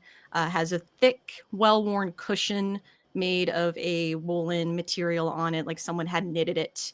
But you do see a visible butt print of someone that must have sat there many, many days. Um, and yeah, you do still smell the smoky cedar from whatever might be in the fireplace, and the lavender smell is a lot stronger, but it doesn't smell like it's coming from in the house. It's probably from something nearby. Um, Trinket, do you knock or do I knock? I might fall apart, dear. Would you take this one? Yeah, I could. Yeah, totally. I'll do it. I could do it. And she'll get close and just because she at this age she's seen way too many scary movies, okay, and the thoughts going through her head are just not it, and so she was hoping Trinket would be like, "I got this," and she could just like not do it. But it's like, yeah, totally, I can. I got this. So she knocks, just tuk tuk tuk tuk. So you knock, and then there's a beep, but a moment later you hear some shuffling, and as the door sort of the handle slowly creaks, is one of those knobs, like a brass knob. You see it turning and creak, and you hear the door creak as it opens. And from behind the door, just sort of peeking through, you see a older woman, maybe about late 40s, early 50s. Freckled skin, you see sort of lines in her face around her mouth and her eyes, these big, thick glasses that sort of ready to fall off her nose, just sitting there. She has on a woolen shawl that's sort of almost looking more like a quilt than anything, just a mishmash of colors and materials that have been sewn together. Um, Underneath, she's just wearing a sort of white blouse with a white kind of cream color apron over a brown skirt. And she has just this wild mane of curly dark hair, little bits of metal, and some woven in what you think might be lavender, just sort of woven in there. And she sort of peeks around, is like, "Oh my, children, how delightful! Oh, what are you doing? Why do you come knocking on my door?" We were she's hoping Trinket's gonna start talking, just passing by because we um she's just staring at you now. You've got this. Go. You've got it. You're doing Mm. great. From the Yeah, diaphragm, darling. From the diaphragm. we were just passing by, yes, and we are trying to go home, and we were wondering You're if not you lost, are you? no Oh no dear. we're And then she not opens the door more. we're not lost, right? Because Trinket knows what direction to go, and it's just this house happened to be on the way to where the exit is. Oh, I see, Yeah. I see, I see. Well, it's good to know you're not lost. You definitely don't want to be lost in these woods. Very important. We're not lost, but why wouldn't we want to be lost in these woods? And she sort of glances one way out the door, glances another way. It's like, well, I suppose you must be new if you don't know why. It's the fiend. And she looks at So you know of Chris, and the yeah, she fiend. looks at Chris and Mom. Like, oh, like we know this. She's like, oh, Yeah, we've heard about them from a very nice like mouse lady who gave us pie. And her totally not husband, but probably mayor of the town. Um and they told us all about them, and we're not scared. Hmm. And she's like nodding along as like an older adult trying to pay attention to children talking. It's like, oh, very, very exciting, very good. Well, I'm glad someone has told you already. Um, the fiend does like to collect on people, so it's very good that you know of him. Hmm. Nice. Yes, you with the hand raised. Hi, nice lady. Who kind of reminds me? She reminds me of Grandma. But anyway, that's not the point. Why? Hmm. What does feeding on people? Why feeding on people? What does that What does that do? Why does it feed on?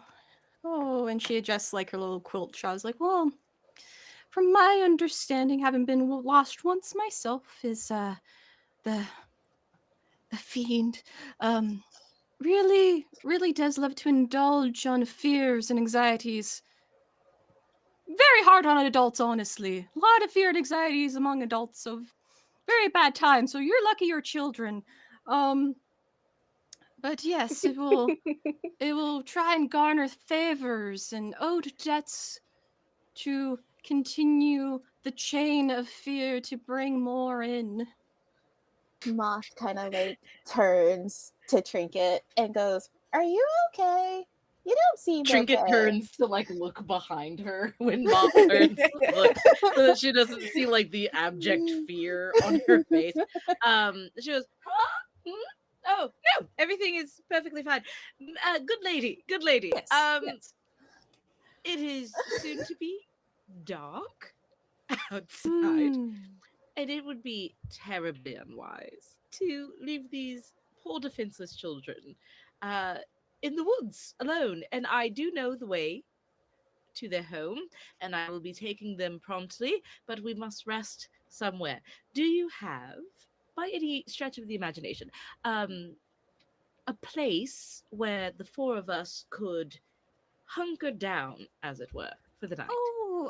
Of course. You can join me in the living room. I got plenty of space there, please. And opens the door even wider and steps to the side.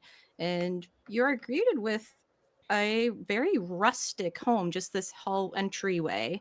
There's some stairs that go up to another space, all wooden, rough wooden floors with some little like red runner carpets, and off to the side there is a opened archway leading into the warm fire lit place that's just beyond the site. It's like, please, just you can come on in. There's a couch. You can always throw down pillows on the floor if you want to be closer to the fire. Yeah. That would be nice. Children, make yourselves at home and be very courteous, please, while I speak with our gracious host. Do you have any water for Chris? Oh, yes, I think I can draw a picture. I'll have to go to the well, but yes. Well, can would can I do that?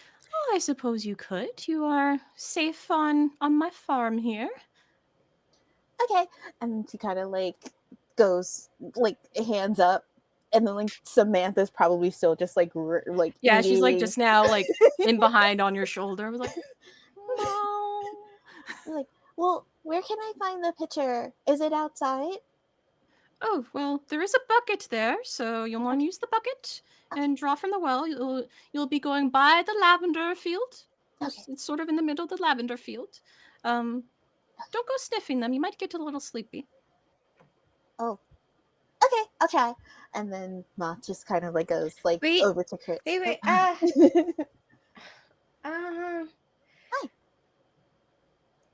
Hi.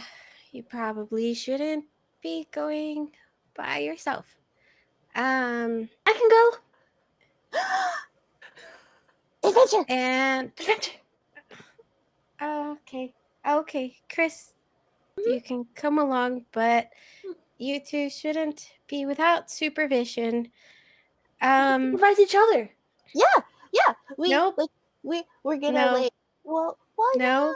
not? We'll be okay. Splendid idea, Robin. You should accompany them. Yeah. See, Trinket said so. So I have to go along. I will be behind you guys, and you guys can pretend like it's your adventure and I'm not here. But the bucket can get really heavy when it's full of water. So I'll carry that, I suppose. And you come on. Let's hurry before it gets too dark outside. Okay. Okay. Like probably like I can see like And moth then and on the way Christmas out, just like ah. on the way out, she's walking after them, and on the way out, she walks by Trinket and she's like, count to like, I don't know, to like 100. And if we're not back, like, come looking for us. Absolutely, I Okay. will. I've already started the timer. Wait, no, wait until we walk out of the door. Okay. And she runs after the two little kids. All right. So our three kids go trancing down, heading towards the well, and as our older woman, which we haven't had a name yet, come out, you do see you passing by just these really tall bushes of lavender, and it's very heavily scented as you're now so much closer to them. And you do like it is a calming presence as you're breathing in, and then you do get a little bit of sleepiness as you're really relaxing a little bit to it. But you're okay. You're okay. You're excited. We got an adventure going on. We're heading to a well. So you go running down, running down, running down, and through the mist as you get closer, you do see this silhouette of what you assume must be the well, as it's just this sort of box shape on the bottom and the top that looks like it has a rope coming down. And next to it, you do see what looks like just a figure standing in a T pose. Just like there. So is that the well or is he the well? I think he's the Oh. scare crow, and then that's the well. Doesn't look like a crow. I Right. bet a crow. That looks nothing like a crow. Well, but see, the thing is that like when I learned this in school, I think once, maybe, I don't know. I think maybe the internet kind of rotted my brain too. But when, but when crow, like when people or when farmers don't want like crows to like kind of go caw and then like kind of eat their stuff, then they put up a scarecrow to be like ah, and then they fly away. Which crows are so cool. They're very noisy. Yeah, that feels like the unfortunate part, but they're so cool because then they're like all black and then they go ka and then like they like literally like fly like everywhere and they're so cool. Oh my god, like they're just so cool. Robin, right? Aren't they cool? Huh? Yeah. Yeah. Yep. She was, because the kids were in front of her, and so she's carrying the bucket, but just like not listening to them at all, just kind of like really kind of just 180ing everything, and trying to just make sure nothing pops out of anything.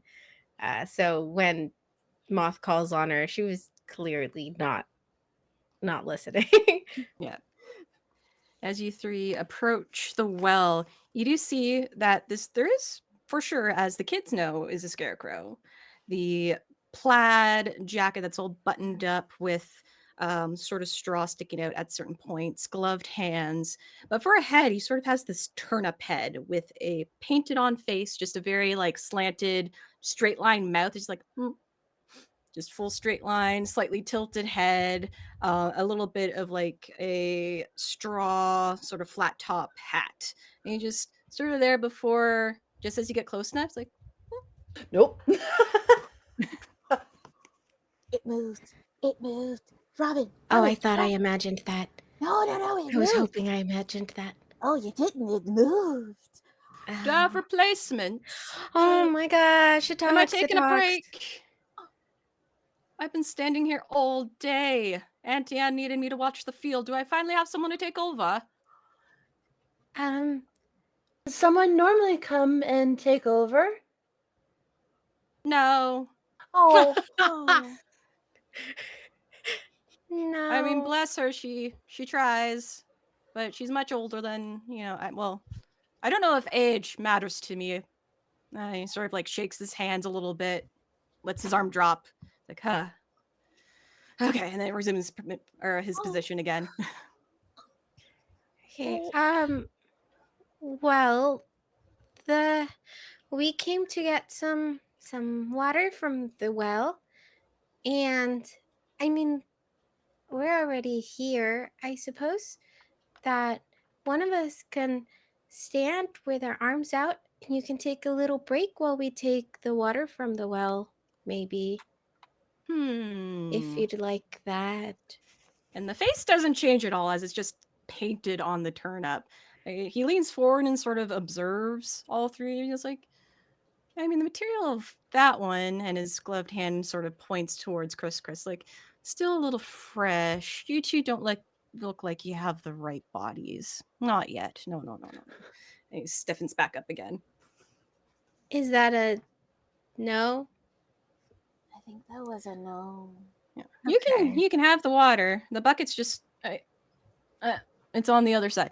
But I don't think you're ready yet to take my position. It's a very coveted scarecrow position, you know. Well, how old do we have to be, or what do we have to do, or how Oh, tall it's do we not have to be? age. Ho ho ho. Uh, uh, uh, uh. Oh, Don't worry about it. You're just here for a little bit, right? Don't worry about Yeah. it. we don't want to Just leave you get your rest and alone. get out. It's Oh, fine. okay. Okay. And then she like kind of like tugs on her sister and like makes her lean down. Yes. The turnip guy is making me really sad. Yeah, a little bit. But Maybe do we want to? that's why I tried to help, but he doesn't want help. So I we can't do anything about that. but what if he wants help later? What do we do if he changes his mind? I mean, we're not gonna be here later, so I don't think it matters. I know, I'm but sure someone else will come. he The hasn't house had is on the path. a break in looks like years. Yeah, I feel bad for him. I- Maybe we can offer him some water when we get some from the well. See if he's thirsty. I like that. All right. Here, one of you toss the bucket down, and the other person helps me pull it up. Literally, Moth just takes the bucket and it just like clink, clank, Yeets it. clink, clank, clink. She took throw very literally. And it just sort of echoes night in the misty air. It's like, oh, that's so much noise. Loud enough that Oh. even you, Trinket, you can hear it in the distance as you are speaking with the older woman. That is a lot of noise. I don't know means why that, I they're didn't not think passed about out. that. They're alive. Sound is good, right? Perfectly normal, perfectly fine. Okay, so all right, here, you grab the rope behind me and we're gonna pull. And she just begins to pull the bucket with water up. And it's not so heavy that she needs them to help, but she thinks that they would like to help. And so she's pretending like they're helping, but she's pulling it up by herself. Yes. Well, busy hands means their minds are focused on the task. Exactly. They can't wander away if they're holding the rope right behind me. So it's not much effort to pull it up at all. But while you are fetching the water for the chore, we're going to cut back over to Trinket. As you had said, you wanted to speak with the older woman. I am scared to do so, but yes, indeed, that's what I want to do. Um, I look around her very lovely like lodge and say, where are my manners? I'm so sorry. Um, I'm Trinket. I am Oh. the chaperone for the lovely children out there that you've met. And you are? Oh, please just call me Auntie Anne. She's sort of like already ushering you inside the space. And now that you're more in the house proper, you see frames of like dried flowers that have been pressed. You eventually do catch bones and shadow boxes and hangings of dried herbs around the space. Within the living room, you see a sort of velveteen, deep purple couch, a fur rug on the wooden floor, and a big, cushy, leather bound couch where there has been some project you're assuming is just, it looks like she was weaving together some straw and corn husks and is like making something out of them. Oh, interesting.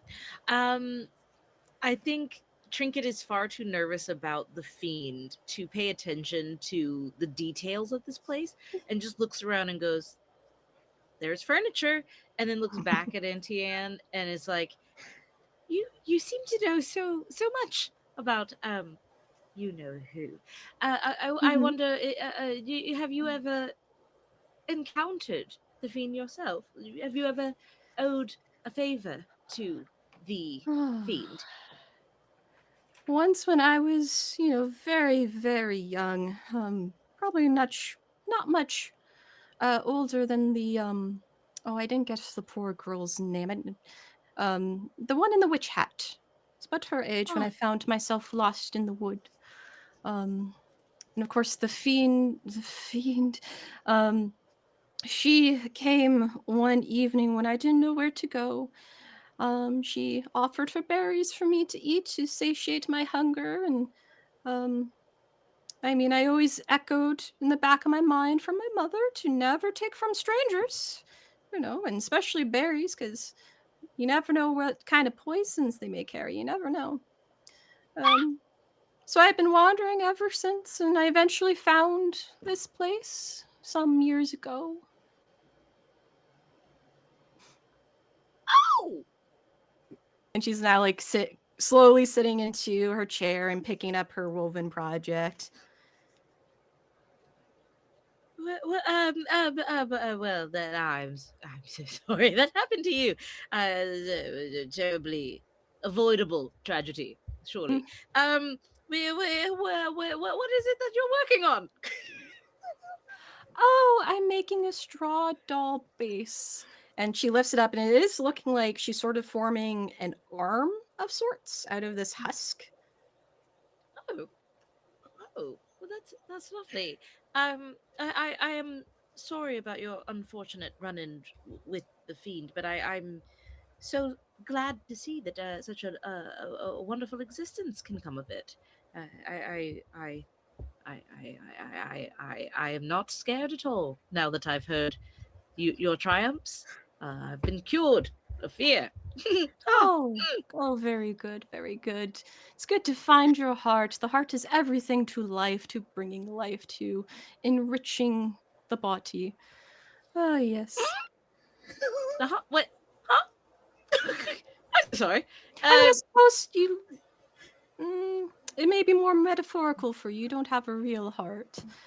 yes, I was blessed that way.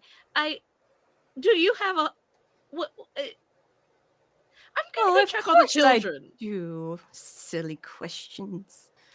Uh, I'm sorry, I'm terribly silly. One moment, and she like spins out of the house to go find the kids. Oh, how Like she whimsical. she she looks like she looks down at the arm and then up at the lady and then And back she's just down like, at the arm and just like spins out. Immediately. She's just like, nope. Yep. You spin out the door and go looking for the children, which our trio, you successfully, triumphantly pulled a bucket of cold water from the well. And Charlie's there, his head is just like tilted down into the side to watch y'all. He's like, oh, very good. Water. That's a very good thing. Want some? Yeah, are you Oh. thirsty? I mean, I You've don't really been working drink. for so terribly long, I guess. You look very dry. Like you could use some water. Hey, Yeah? What? it's Hay. Oh! Oh, on your arms! Our characters are so dumb. I'm That'd make sorry. me dry. If I was wet, I'd be wet Hay. Do you Oh. want Yeah, I to? suppose that would... Yeah. No, because that I would don't- make the arms heavier. Yeah, And we then you'd shouldn't have to do work that. harder to keep them up. So Etienne that's does not at a least give me an good umbrella thing. on a rainy day. Do you want Well. to be That's here? good. Well, I'm kind of just here. I mean, I was kind of just somewhere else, and now I am with these people, and I am much happier. All right, well, That since is we're true. having a more important conversation, I guess I better. And he like just shakes off his arms and goes hit, like lifting his own shoulders to get off a post. Like shakes off his clothes and ruffles a little bit. He's like, ah. Did he Still jump off the post? same. Is he Yeah, he standing got off in the front of post. us now? No, he's just standing. Okay. Oh my god. And Well- I run up seeing him. Yeah, you look like, over these and it's children. still misty, so you see like this very tall, lanky figure just suddenly go out of T pose and leap off of a post. Mm-mm. Trinket! Wow. Trinket! Trinket immediately goes into like war mode, and she's going to attempt to not like run into him, but because he's so much taller, like grab his leg and like run, just to, like pull him flat so he can't like like just like splat, like make him fall on his face because she has no idea what's going on and she's terrified. So she's just like She's just like I must imagining the protect the worst. children. And he just goes running and Just, like like, grabs full his leg. Yes. Oh my god. Dun. Yeah. This is very much just a pure straw man. So as you like go in and like tackle a leg and run off, and he's like, "Well, my," and he like face flops, and then his turn up head's just like, "What?" It's like, "Oh, there's my head." Ah. Oh! That's far Trinket! worse than I wanted to protect it. Moth goes can't after the head and tries to Why like can't pick this it be up. fun, Betsy? There's so much You happening. can't just attack a stranger. Trinket, why'd you attack the man? Oh my gosh, is that his head? That's it. I mean, Moth. And his hand just sort of head. waves at you. With I don't know how to let go. It's It's all right. Let go of my Put it feet. back, put it back, put it back, put it back. And he's No. like hands out as he gets up on his knees. I will hand the head of him. There we go. And he starts off backwards, like, oh, I think. Oh my okay. good And it's sir, just- I am so sorry. this okay. is so cool. story to tell of a porcelain person tackling me. See how much more interesting it is when there's other people around? Isn't this fun? And he starts like refixing his gloves. And you do see underneath, like as he's like putting a glove back on, like that husk corn hand. He's like, oh, there we go. No, absolutely not. Yep. I Wait, I would- look at his hand Would and I'm like, Trinket recognize, the way the arms look Oh. to what the lady was making? Is that a... yeah, I think I would. I think Trinket would because she just saw it and that's why she ran out here. So she's immediately like,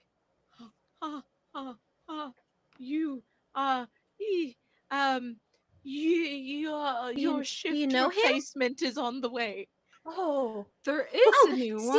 That's Delightful. good. Yeah. Because then you won't have to be out here the whole time by yourself. Yeah. And you That's can really like, good. be dry with your other dry friends. Dry buds. Yeah. He's Hermione yeah. again, just face not able to emote.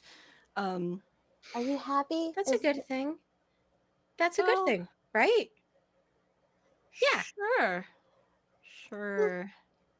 You see, Trinket, he has been out here for a very long time, working as a scarecrow. And he thought that we were his replacement, but we're not his replacement because we just came for No, water. you are I not. promise we were going to head right back. I promise we were. Oh my But god. now you tell us that his replacement is coming. So that's a good thing. Well, yes, and I did mean that wholeheartedly. Good sir. Before you were employed in this manner, were you elsewise in your being? Were you? Have you? Are Well, I you now, wasn't or have you wise. I ever don't feel been? wise. A whole ass existential crisis. Yeah. Just like, what is life? I know, it's just like this straight line for a mouth, two little like black dots for eyes, just like I I I don't think I had anything before. Oh, good. I do maybe a memory. Is it a memory? Of what? Oh, I remember something sweet. Um I would love to use a move Candy? here if I can. You want Yes. candy? And she brings out her pocket candy. Yeah, so as he's going to react to the candy and just like, well, lack of actual mouth, what move would you Oh, like shit. to do? Chris has been elsewise. This is a new form for her. She was something before. So using that sort of common ground, she would like to part leaves, sharing her own experience to get a point across to help him jog his memory a little bit. Okay, roll for it. That Wish me luck. is plus Yeah. your noodle. Yes. Oh, I have +1 noodle. Let's go. Not great. That is with noodle. That's a 10. Oh, no, that is Yeah. perfect. Nice. Okay. So you get your point across and understand how it relates to their situation. So, what would you like to say to our scarecrow man? I know it's a little bit strange when you become something new. It's exciting. There is something so wonderful about it, but we can't forget where we came from. So I want you to think really hard. I know I have to think really hard sometimes when I try to think about where I came from. So I want you to think about where you came from. What was that sweet thing? What were you before? Because you don't have a mouth now, so sweet is not something you could do now, I don't think. Hmm. So you see just the turnip head turn down, and you can't see the expression or anything, but you almost get a feeling from him as you're connecting with him, Chris. And he sort of ponders a second the silence. Like, I think the sweet thing was birthday cake, but that doesn't make sense because if I've been a scarecrow, I don't have a birthday. My name is Charlie. What? Hi, Charlie. Hi, Charlie. Oh, That's this cool. is You have a name. terrible news. This is terrible. Why? He Terrible has news. a name. Oh, it's a She's good going to place thing. her hand over his chest to see if she feels a beating heart. Oh. Ooh. All right. I'm going to give you a move from one of my special ones. Oh God, I'm tired of this. I'm tired of having special moves and being terrified. So give me But you're so 2d6. special. Okay. And for this, I've been saying y'all get rumors. That's a secret thing from me. But get a +1 for this roll. Okay. Cool. Ooh. Okay, so that is a 9. A 9. Awesome. So you haven't heard a rumor, but your own mind was kind of making up something. Just your self-consciousness putting together some threads. You're like, okay, the straw in the house. Then we have Charlie standing here, and he seems nice enough now that you stopped tackling him. But then what she said about the heart and infusing the body, and slowly those threads start connecting together, and you just look up at Charlie as the moment of, oh, she's a witch. Yeah. Yeehaw. I think where she was like in the house before and was just like, yep, there's furniture in here, like her brain clicks on and she starts zooming in on like bones in a shadow box and like herbs hanging up and like, all these different things that are finally clicking. And she turns to the children and says, "Well, isn't it lovely that we've met Charlie? Um, Children, I just spoke to Auntie Anne, and unfortunately, darlings, we can't stay here for the night. We can't. We just can't. We have so much else to see, do, and Auntie Anne is so much older and tired, and we must give her the space to rest, as polite as we are." Grandma was like that. She always wanted to Yeah, go to she bed really, really slept a early. lot. She was, Yeah. yeah, in bed She all the snored time. too. Yeah. Oh my God, That so was that was badly. She'd blame it on the dog, but we knew it wasn't the dog. Yeah. And after it was just kind of like, oh my God, like grandma, you don't have to snore that loud. They have like little mouth guards now for like your like little snoresies. And that's like actually really good for you. But Yeah. also, why can't we stay? Well, she's sleeping for her health, darling, and bothering her by having such raucous children in the household could be very bad for her health. We're trying to make sure she's takes care of herself, and we are strong and brave and smart and capable, and we don't need Auntie Anne tonight. We can be adventurers and find our own camp, safer and away from here. Moth kind of like looks up at Trinket and kind of like it's like that feeling in your gut when you like know that an adult is lying Is to lying. you. And Yeah. like it's just like you've been like she kind of like looks at her and goes like you kind of been real weird today, and I like you a lot, but like you've been really not like me weird, but like scared weird. Like almost like Yeah, you're if you don't like her, you could just tell us. We're not gonna tell her that you don't like her. yeah. Well, I mean, Like, it's okay. like We you don't know, like a lot of adults. yeah, like I mean like if she snores then like that's okay. But no, it's but like Trinket, you've just been it seems like you're really scared. Like every time we move somewhere, you kind of like look back. And I know I'm not supposed to really notice because, uh,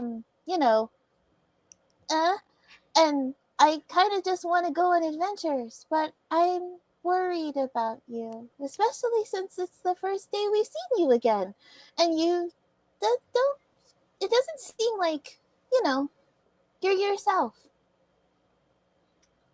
Do you all feel this way? Well, I mean, to Chris's defense, they've never met you before. That's And I true. also do not really know a lot about fear, so I don't have a lot to say on this. That is very true. Mhm. Well, Yeah.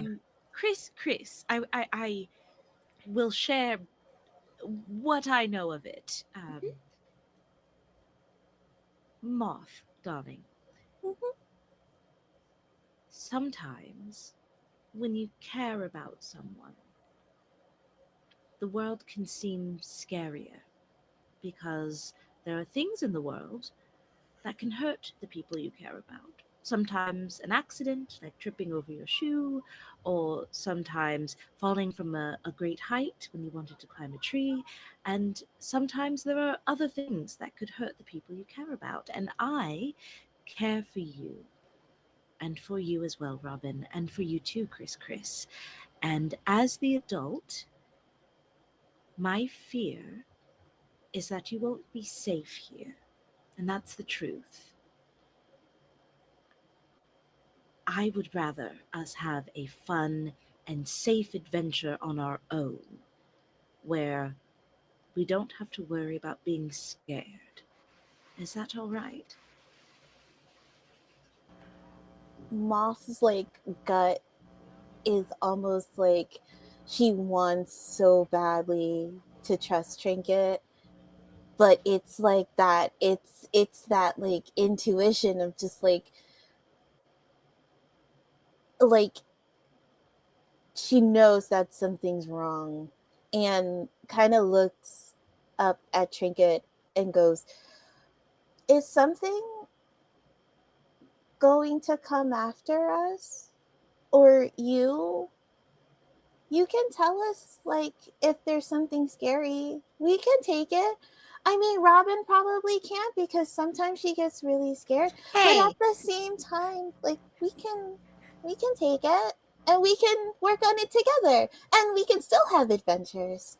But, you know, we don't want anything to happen to you too. We like you too."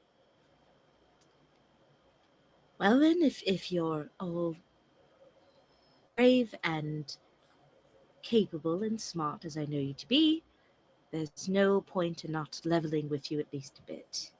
Um, yes, my darlings, something is coming for all of us.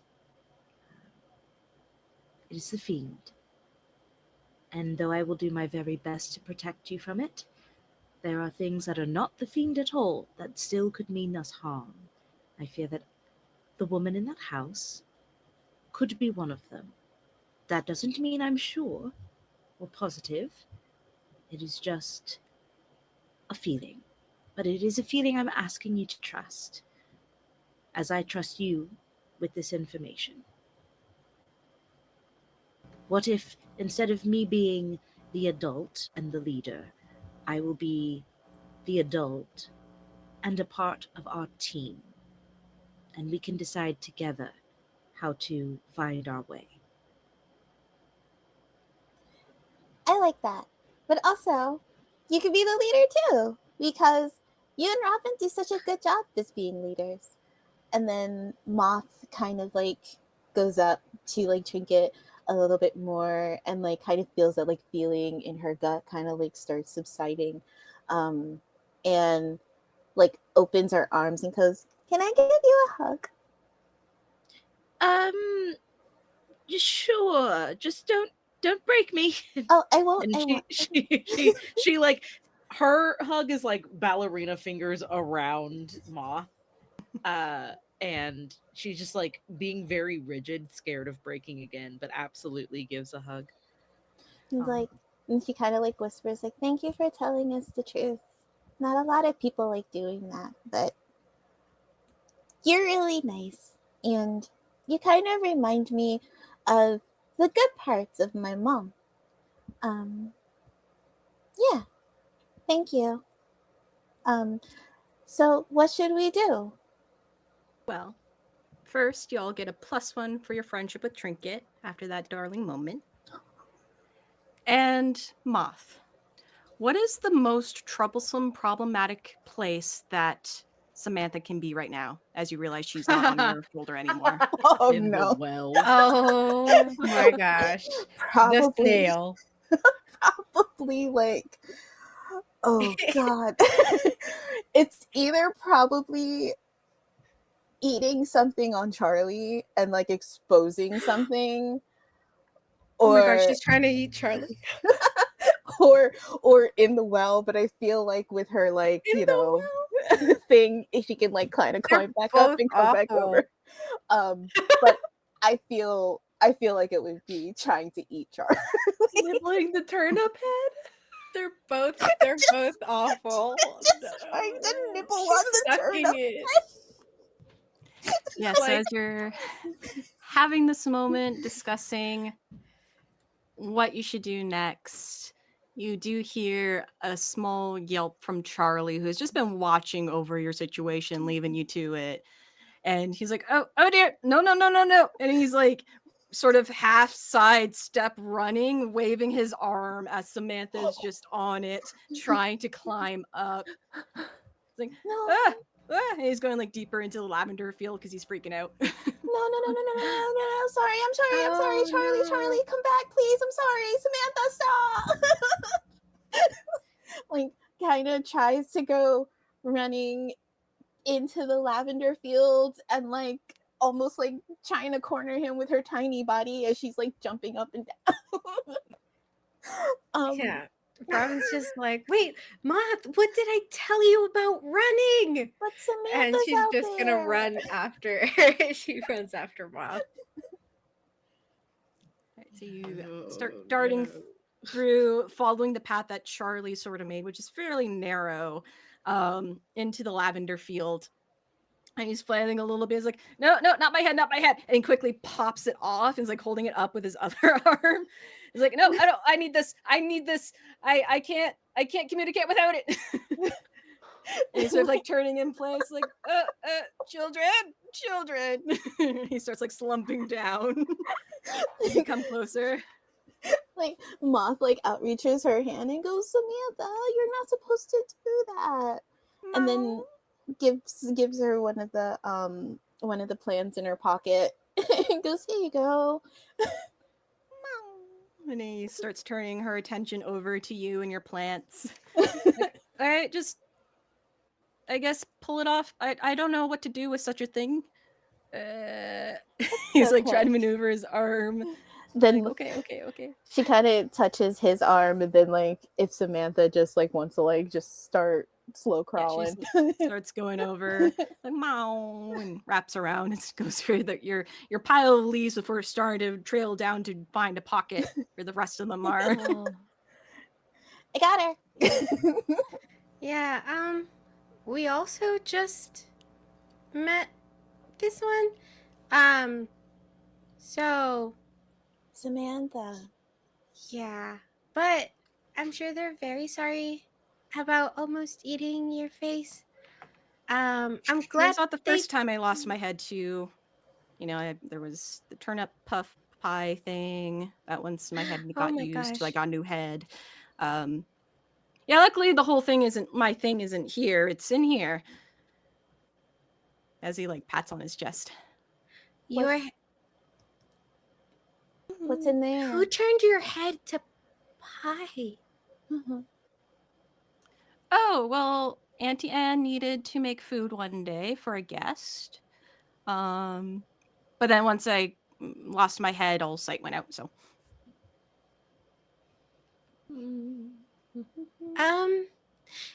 Yeah, Moth, maybe we shouldn't stay here. Yeah, I don't want to eat head pie. He's making me sad again. Yeah, no offense. Oh, none taken. I guess it seems like a sad situation on the outside, but I don't know any better, so. At least I don't think I do. I hope you have a really, really nice time in the field of lavender, and you find a replacement. She's making you one. She gets you one soon. Yeah. I mean, I hope it's not soon. Something tells me I hope it's not soon. I don't know why. Something the porcelain doll said made me think I don't want it to be soon. Oh. Do you want to find a different field to look after? Or do you want to stay here? Lavender is lavender. She plants nothing but lavender. Yeah, maybe we can ask Trinket if he can come along until we find someone else he can help. Oh, well, I would love to leave, but something has compelled me to stay.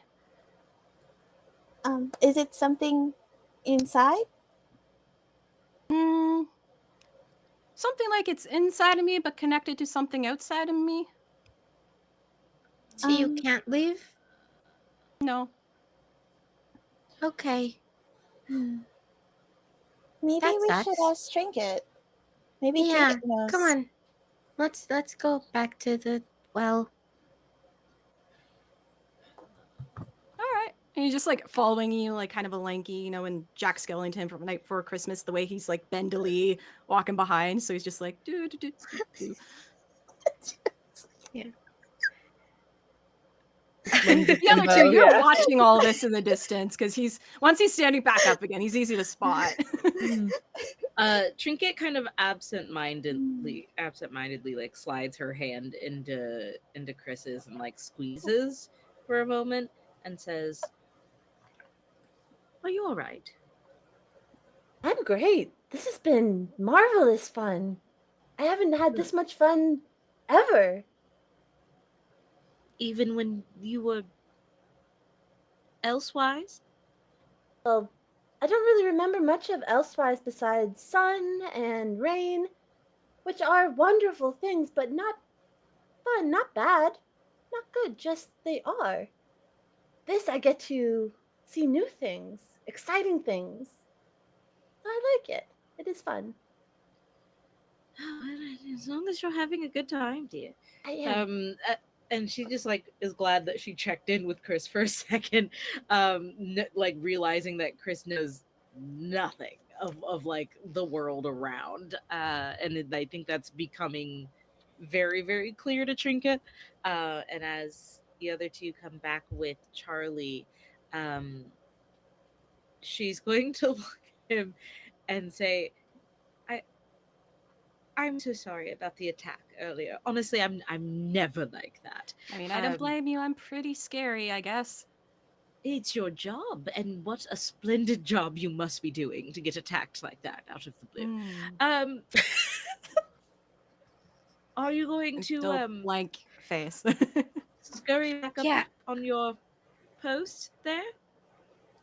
Well, we were talking about finding a way for me to be able to leave. Oh, were we? Well, we kind of, well, Moth did.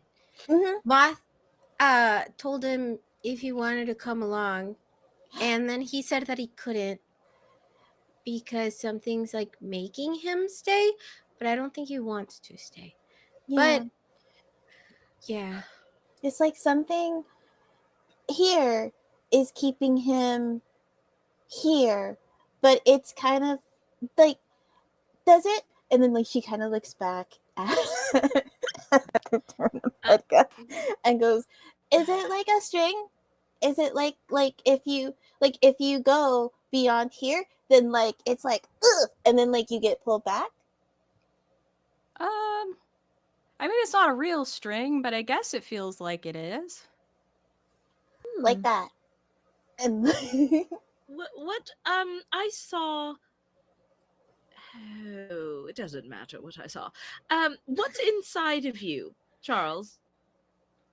And he like opens up the flannel shirt, and you just see like this woven mound of hay and corn husk there. It's like, well, not really sure. I never put a hand in my chest before, so I don't know.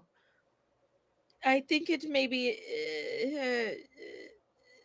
I think it may be integral to your escape, Charles.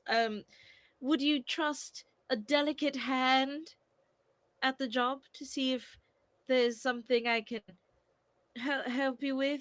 And she's like getting very uncomfortable at the idea of having to do this. But you know, if the kids don't want to leave them, we can't leave them. Yep. So he was like, oh, all right. And he kind of goes down on his knees so that his chest is at your height. Like, all right, give it a go. Oh, okay. All right. Here I go. Putting my hand into your chest cavity. And she like Thanks. slowly reaches in. Very like this. Yeah. So I you're sort almost of carefully, delicately, cringedly reaching in. You feel just like a lot of dry husk and hay. But as you reach a little Okay. further and move your hand a little bit, as you start going to the left, so you hear a tink, like your porcelain touching cold stone. Oh. Oh. Ooh. So sorry, Charles. I'm going to make a wider. I'm sorry. And she's gonna kind of like pull it aside. I don't. I think Trinket would be most worried about horrifying the children, which she realized she did by attacking him and knocking his head off. So now she's Yep. like, okay, if I pull the stone out and he like drops to pieces, they're gonna be horrified all over. So she's trying to be extra delicate, and like opens it up to see if she can see what the stone looks like, and then, or if it's a stone, like she just wants to see what it is she just touched. Yeah, so as you open up and move all the hay around, you do see it is a stone and sort of has a heart, like roughly heart shape with a hole in the middle. Oh no. Um. Okay. Well. Yep. All good in here. And she like pulls her hand out and like closes the weave and like reweaves a little bit of the husk in there. Oh, all right. And he rebuttons up his flannel. Yeah. She'll like tap and be like, and well done. Good job. What a wonderful patient you've been. Children. Um. Our time inside the sweet lodge, as brief as it may have been, did any of you happen to see, perhaps perchance, maybe a heart-shaped rock with a hole in it at all? Did we? Did we? Yeah. I'm also do- scanning my memory, but like I Yeah, don't let's know. do a retroactive take a gander to see if we can flash back to the moment of when you Ooh. first Love looked it, love it, love into it. the house. Oh, Oosh. That'll be plus your noodle. Nothing up in there. Sorry, I said You're just so excited about this house, but we'll see what everyone's rolls. I said the quiet I part out think it loud. was. No, it's appreciated. I think it was just like the wholehearted seriousness of it that really just like Yeah. I got that a really 10 just though. got That's me. the Oh, important nice. part. Nice. Yeah, like that's why I was just like, not nothing there, but I got the roll. Mhm. I Yeah, I got did an 8. awful. I got a 7. Nice. Yeah, I What got do a you roll? 4. 4. Okay.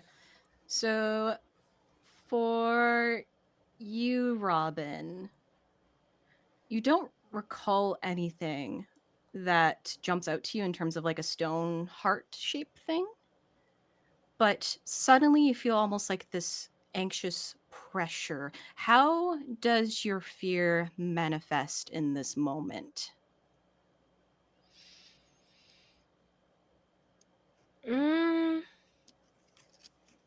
I think like it would be her thinking about everything Trinket has said and starting kind of like as the oldest um starting to put the pieces together a little more readily and with a little more logic than the two younger kids would, right? And it's kind of starting to understand the scope of the situation and is like inwardly panicking now because she realizes that her and Moth have kind of sort of not really but kind of agreed to help this being, and that might entail them going back into the house.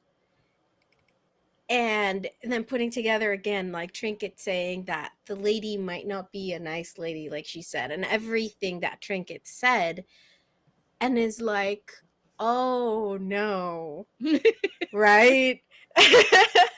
And she doesn't want Moth to go into the house, and she doesn't want to put Moth in any danger, but she also doesn't want Moth really wants to help this kid. And she also doesn't want to leave them behind either. And she knows Moth isn't going to want to leave them behind. And so now she's just panicking because she All right. doesn't know what to do. She's like, what is the best course of action? I don't know. I don't know what to do. So you do get an experience for a failed roll, but decide what kind of harm you get on this, as you do get a harm, which sounds like it might be emotional or mental from your fear. It's sort of starting to overwhelm you. For those who got between a 7 and 9, you do sort of reflect in memory, and you do recall when you first seen the woman as she sort of was hidden behind the door a little bit, as she leans forward to see the faces of all of you. There is a hint of sort of a twine necklace, and just underneath the shawl, just like something stone shift. And then for, I believe it was Moth who rolled the 10, kind of blink, recalling, okay, you saw this, you think you saw the stone around her neck, okay. And then you remember just ever so briefly glancing up above the doorway, you can just see the slightest hint of a thorny bramble bough just over the doorway that you didn't really see from the outside. I knew it. She kind of Moth turns to everybody and relays that there was a heart on her, but then there was a thorny thing that looked similar to, we saw it before. It was like a little thorny thing that had like those thingies on it. Please Those don't say berries? brambles. It was a bramble. It was a bramble thorn. Yes. Oh God. Oh. And as you begin talking, you hear the distance from the house. Oh, children! Been out for so long! And you see just in the mist the shadowy figure of Auntie Anne coming out, is like, children!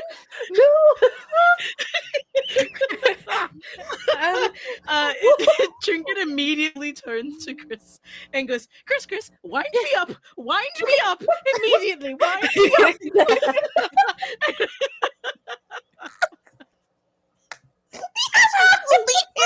Like going.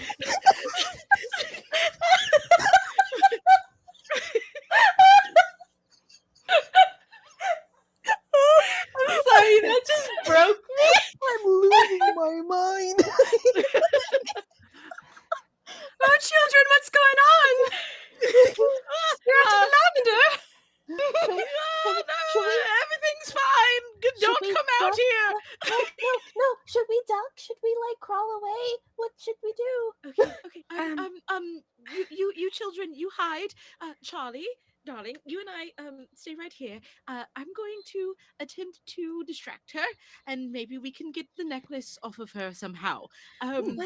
What if we like we pretend like we are gonna stay the night, and then that way we can grab it, and then we grab Charlie and run.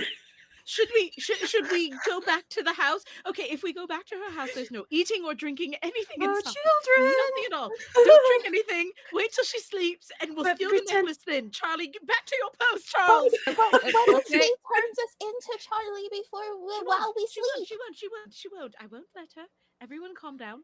Just Mm. don't eat or drink anything. Let's head back together as a team. Everything will be fine. Oh, Back to children, your there you post, Bob. are!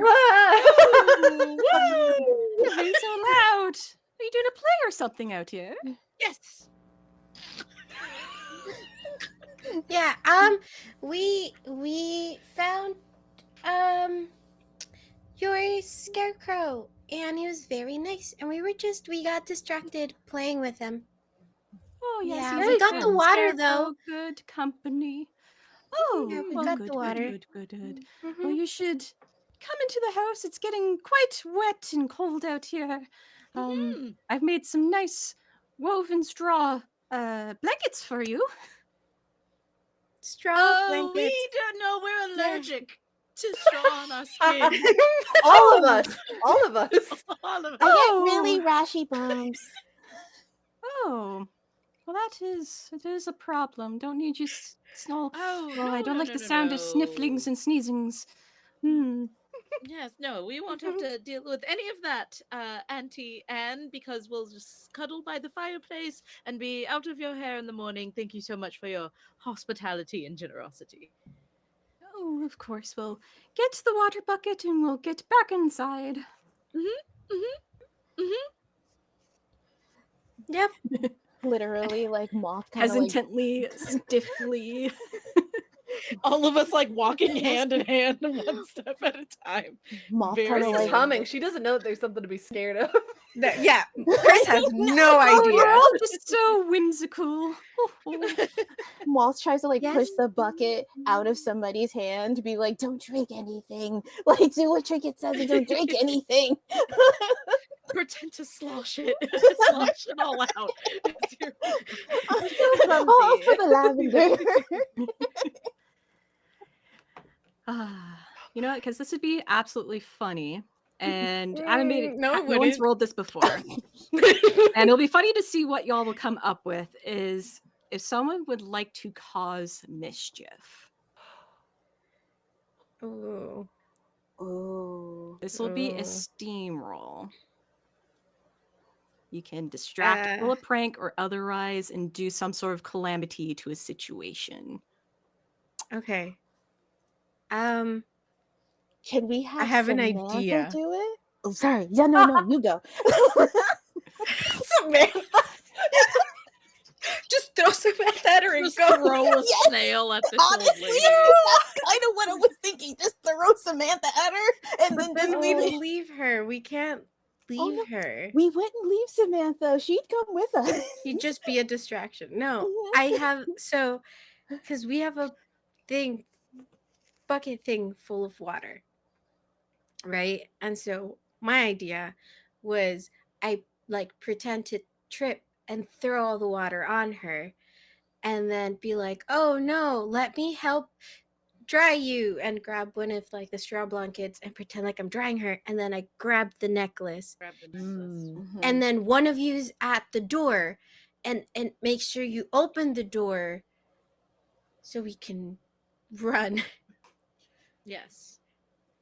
And I think one we of should- you yeah. has to be on Samantha duty, so you're holding on to Samantha. I nominate Moth. One I of got her. you is on door duty, I nominate and Chris. the other one has to grab Charlie. I will grab Charlie. If you will get the necklace, I will grab Charlie. Okay. We have a plan because I do have +1 to Steam, so I'll be the one to Go for cost it. the thing. So it's also sounding I'm like we're so about to do a scared. genius plan. So I'll say whatever Robin makes for this initial roll, it'll be a separate roll. It will give a bonus to the genius plan roll. Okay. Does this count as a team up? Can you add my +1 friendship as well so that you can re-roll a low die? We can, or with the genius plan, is everyone makes a roll, and it's just a matter of beating the successes that you need to accomplish your plan. Okay. So then my cost mischief would either help or hinder our rolls for the genius plan. So as long as you roll Okay. above a 6, you'll be good. All right. So I need a 5, y'all. Well, I got need a this. 6 because it has to be above a 6. It's gonna be 2 natural 6s. You got this. Okay. I've never been so scared in my life, and I play horror games all the time. And Don't this forget is about just wishes. like, You got this. oh, 6 on the first one. Oh, okay. All right. Double Let's go, 6s. They're guys. coming right up. Let's go. I don't want to look at it. A 5. That is a lot. More than I know. I enough. can't count right now. So but it's for a lot. Robin, it goes exactly as planned. You kind of focus in as your fear and anxiety just lapses for a moment, and you're like, okay, I'm an adult. And you will unleash, and I'll let you describe how this happens. And everyone else will get a +3 for their roll for the genius plan. Oh my gosh. Okay, so whoever's on door duty, they would open the door for the rest of us, and we walk in with me in the front with the thing of water, and they would stay at the door, right? And so I like this time on the roll to recall the room, I didn't, remember anything because I wasn't looking around. But now, like, I look around and I see like the bones, and it just like kind of like spurs me on. And my fear isn't more for myself, but it's like Moth is here and I can't let them turn Moth into a scarecrow. And so um she gets very, very determined, as in, yeah, like, I'm the big sister, I'm going to do a thing. Even if I don't, but she's shaking the whole time. Mhm. um and she pretends to trip, kind of when she was going to hand the thing of water to Auntie Anne, um and spills it all over her, and just kind of like, oh no, Oh no! oh, I'm so sorry. Oh, but I here, don't know what wet. the straw will absorb the water, let me help you. And she will grab one of the straw blankets that Auntie has made, and she's like, oh, I'm so sorry, let me help you, let me help you. And starts fussing around, and because straw is like rough and stuff, so she doesn't feel her hand under the blanket feeling for the necklace, and she feels the stone, and she grabs it, and she just yanks, and she just screams, I got it. And the plan goes into motion, All right. as we all now just So what did hope for the everyone best. roll? May I use a wish? You can. I want this to be a 12. Okay.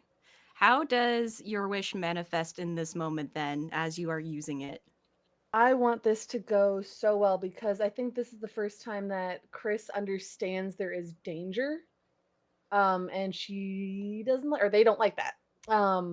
So they are listening, they are so intent on what the plan is. They are honed in to what Robin is doing, and the second that they perceive that something has happened, that Robin screams, the door flies open, and Chris is like poised to run as soon as Robin is through the door, even like one leg ready to go forward and the other hand ready to slam it in Auntie Anne's face. Oh, I didn't Right. think about closing the door. Genius. Just Genius. opening it. Yep. Just opening Just it. opening, no closing. All right. Beautiful. Who would like to go next? Oh man. Well, I have a 7, but adding the 3, I have the 10. So, like, Moth kind of like looks at everybody, like hoping and wishing and praying, but also like keeping an eye down on Samantha, and almost like almost using her as like a hope and wish kind of a friend. And you'd be like, my big sister, my best friend. And like Trinky is like they're doing something really brave and really important, and I'm here to cheer them on. And kind of like looks at Samantha, like as she kind of like takes out one of the leaves and like has Samantha on her arm, like kind of feeding her, and it's just like, do you think we're in trouble? Mom. That's the straightest answer I've gotten from you. I think probably I okay, yeah, sure. And then like looks at everybody, and then like sees her sister run out, sees Chris slam the door, and like Moth is just like kind of like holding her hand like a dome and going like, "Pray! Yay! Everybody come on!" Beautiful. All right. And finally, Trinket. I also had a 7, and then plus the 3 makes it a 10. So I think this is the biggest way that she can show these kids she trusts them, because she did not set foot in that house. They were all positioned the right way. They all put themselves the nearest proximity to the danger, and like Trinket had to be okay with that and had to trust that it would work out, because her job is Charles. So she it, motions Charles up, off the post. And once she sees the first kid like streaking out of there, she goes, "Scoop me, Charles, scoop me!" Whoa. And just hopes he picks her up so that they can like get a head start and lead the kids because he's so much taller. Like they'll be able to see him better. And he just And very gently, like lifting a ballerina properly, is running forward with you. good lift, Charles. Good lift. We'll talk about your future and dance later. And she's just leading the children forward and like through the lavender fields to get off the property at this point. Yeah. So as you're all rushing out, you hear Auntie Anne go, "No, children, no!" And as the door slams, and what the children don't see as you run, but the camera does, is just this form of Auntie Anne becoming grayed out and kind of dust starting to slink off her body as she slams into the door and just smoke and dust comes through the cracks. Nope. Okay. The warm fire blinks out, the smoke tapers off, and the smell of lavender ceases. But you're all running. I'm so glad we don't see that. Yeah. It doesn't smell Same. like mom anymore. And when you're enough distance, there's which Trinket feels is a hesitation, and Charles is he's afraid you're about to hit a wall. But when he makes that one step over, he's like, "Oh, oh," and he gently puts you down. I think I can leave, or I think I can, at least leave with you. And Robin, out of her, like not out of her, she was holding on to it for dear freaking life. She did not put that in her pocket. She just kind of like, you could see like her knuckles are like white from clenching it so hard because she was afraid she was gonna let go of it, and she just like, I believe this is yours. And she opens her hands, and you see the little heart of stone. His gloved hand reaches out and just very gently picks it up. I think that means that now you can go wherever you want. You probably shouldn't be off alone though, but that's up to you. And again, there's no emotion to the turn up face at all, but there's like the slightest quiver of trying to force the line and the turn up portion to make it smile. It's like, all right, well, my intuition's telling me something, and I'm going to do it. Please don't be startled as he goes over to a boulder and slams the rock on it. And it shatters as you watch just the scarecrow body tumble down, just like slump. And then there's a bit of a sparkle, just a silvery sparkle as you see it form up into this ghost of a boy, maybe about 13, 14-ish. It's like, oh, that was so weird. Oh, everything's coming back. Oh my goodness. Oh, this just gives me, the original Casper movie. Yes. For At sure. the end when he's like he's in his actual little boy Yeah. form and they're Yeah. having a dance. It's like, I love this so much. Well, it's good to finally be free. And he turns to you all and smiles. And he's wearing a very like rustic, maybe just pre-turn of century Victorian. So he has a really cute like bow tie and a tall collar, well dressed. Kind of like if he looks like a farm boy on his Sunday best. It's like I got That's lost cute. ages ago, and Auntie Anne found me. Hey, witches. I mean, she's a bad one. I know there's good ones out there. I mean, you're a good one, as he points to you and your obvious witch hat. Thank you for giving me my heart. Yeah, no problem. I mean, I'm glad you're okay now. Yeah, I'm glad we didn't leave you. Okay. She just gets really shy. Well, here, oh, and he goes like back into the torso of the scarecrow, pulls out the other stone. He's like, well, have this one. You're a good witch, so you should be able to make it a good hagstone. Okay.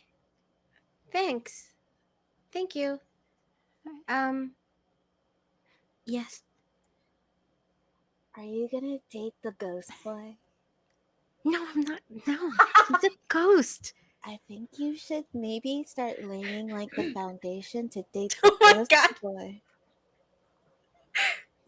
And just, it seems like, like how mom and dad have like vibes? You guys seem to have vibes. I like You're this. 6. You shouldn't know about vibes.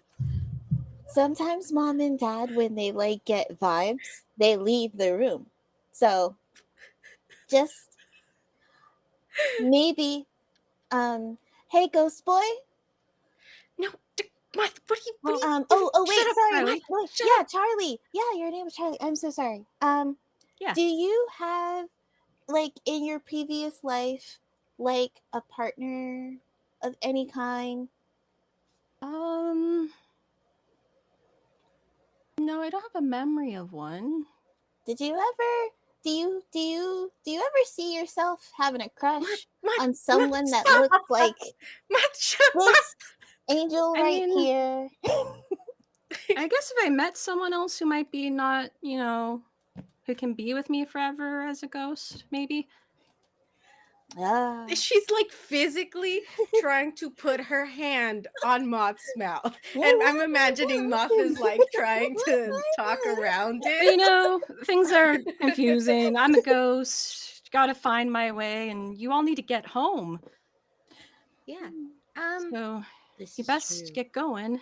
Um, We do Honestly, I have to only get home. knew the lavender field, so I can't really help you. But I mean, you got the stone now. You're now a little more learned about the world in the wood, and as long as you stay together, I'm sure you really displayed yourselves quite well. Thank you. Yeah. I thought it was a pretty good plan if I say so myself. You did so Um, good, sister. yeah. Wonderful show of leadership, darling. Beautiful. Thank you. Thank you. But let's I would like to get a little further away from the lady because she has legs and I'm sure she didn't have a problem leaving her property like Charlie did, and I don't want to be here when she does. Yeah. Absolutely. Wonderful idea. Actually, we have some safety moss that we should find a nice clearing, set it down, and rest for the night. The luck of the trolls, I'm sure, will protect us. Okay. Um, I have another idea. While you're here, Charlie, I know how you can pay us back. Oh, okay. Well, when we find a place to rest for a little bit and put the moss down and stuff, as a ghost, I don't think you have to sleep, right? So you could keep lookout. Yeah, I can do that. Earthly desires do not affect me. Yeah. Is that okay, Trinket? Absolutely. Just for one night, darling. We don't want the ghost boy watching us sleep every night. That's unseemly for That sounds Yeah. boring young lady. anyway. Yes, I'm sure, and you have such a career in dance ahead of you, Charles. Trust me. I've noticed the posture, and it's so fulfilling. The passion. Anyway, darling, we've got to find a clearing, and she Yeah. is going to walk So with I'll them say to find something. this is where the vignette switches as we close out our story. You all do find the perfect spot to lay down the moss. You watch it as it quickly spreads out and creates a little mossy clearing with little flowers that have a bit of a glow. And it gives you a nice comforting warmth, and all that mist and fog just doesn't seem to go over it. It ends up just being a dome. So it's comforting. And Charlie is just wistfully wandering, floating around, keeping an eye out as you all take a moment to rest.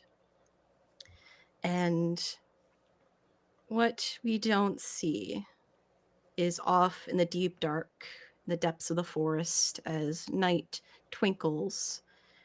There is layers of little lightning bugs just floating about, twinkling in and out, before they all suddenly flash out. And just two dots remain, slightly shifting. and slowly getting closer. No. And that is our story for today. Yay! Yay! Thank you, everyone. So we're gonna go around reverse order if I can remember it all and give everyone their outros, starting with Meadow. Howdy, darlings. I am Meadow. I have been Meadow, and hopefully I will continue to be Meadow in the future. She, they pronouns. You can find me everywhere on the internet at Howdy Love Darlin. There's no G on the end of that because I'm Southern as hell. I have been playing Trinket, and it has been absolutely delightful to be here with these lost kids in the woods. I can't wait to see you all again next week. Right. Rosie. Hi, I'm Rosie, Sweet Rosie B, just about everywhere on the internet. She, they pronouns. Today I was Chris, Mom, Chris, Chrysanthemum, all those great things, they, them pronouns. You can find me tomorrow. I'll be on Sea Pirates channel as a player with Where Gods Once Tread, and then again on Sunday as a DM. We are very excited to bring this West March style campaign to the internet. It is super fun. And then Monday again, I will be here, and I'm super excited and totally not scared at all. Yes. All right. Yuri. Sorry. Hello, everybody. My name is Yuri. That is Yuri. Pronouns she, they. You can go ahead and find me at Yuri and the Beast, absolutely everywhere. Today, I have played the older sister, Robin, who is totally not scared. Duh. You can go ahead and find me tomorrow over at Kate the Great's Cosplays channel, Don't Kill My Character RPGs, for a game of Masks for Hispanic Heritage Month. Then on Wednesday, you can find me over at HamPod for a Golden Girls meets Vampire the Masquerade one shot where I will be playing Rose. So that's going to be a whole lot of fun. And then on Friday, you can go ahead and find me over at Tabletop Tail Spinners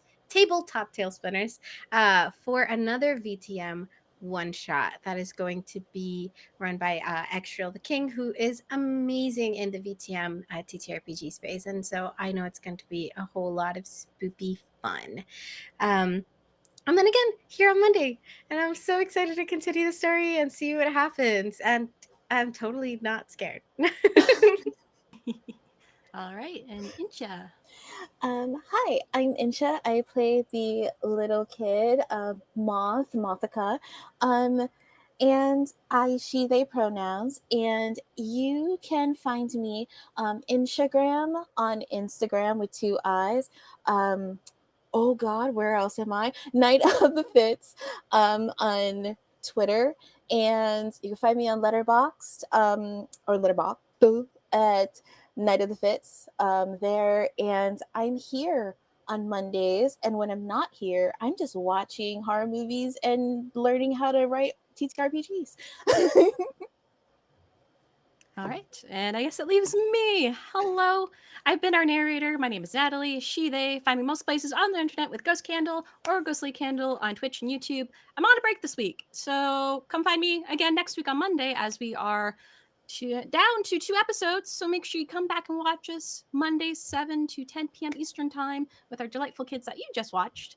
And for the rest of our channel, the rest of our weeks, well, we got lots of announcements. So let me quickly rattle those off and we'll get you to say goodnight. So October 16th and 30th, remember to come back 4 p.m. to 7 p.m. Eastern for last trip to the Dead Mall. It's just one last trip to the mall of their youth to say goodbye. And it's by choice, of course. They haven't been lured back by a mysterious force hungry for long lost memories because it's just one last trip. A Kids on Bikes mini-series, perfect for the season. And of course, we got Roll for Luck Sparked, October 9th and October 23rd, 8 p.m. to 11 p.m. The safe acts of luck have been blown across dimensions and into the deep space where they are the new crew and not at all the captives of the sentient ship. Join them for the final episode of the Orbital Blues adventures to see what comes next. And then Thursdays, 4 to 7 p.m. Eastern. Vancity by Moonlight, the Magical Girls of Fantasy Vancouver are drawing dangerously close to the web of secrets and magical girls serial killer. And then Saturday, October 12th, hasn't happened yet, so come back on Saturday, 1 to 4 p.m. Eastern. The Discordant Note finale. Our spirits have taken an incredible journey and they're almost saved the afterlife. So join us until the final bell rings. And finally, I believe we still have an application open for a game of the Devil's Dandy Dogs. So go check out our socials to find that application form. In the Devil's Dandy Dogs, you are part of the Devil's Pack of Hellhounds, tasked with retrieving the souls of those who have bartered with your master. DDD is a collaborative world-building game where the pack recounts their story, adventure, and echoes. Well, not echoes, chaos. There could be echoes of that, while getting sidetracked by tasty canine treats. And of course, if you blanked out during any of that, make sure you subscribe to the channel so you can be notified when we're live and watch all of our fun, awesome stories that we build on this channel. Hope you enjoyed and look forward to seeing you next time to see what happens with our children as they get into further in the woods. Good night, everybody.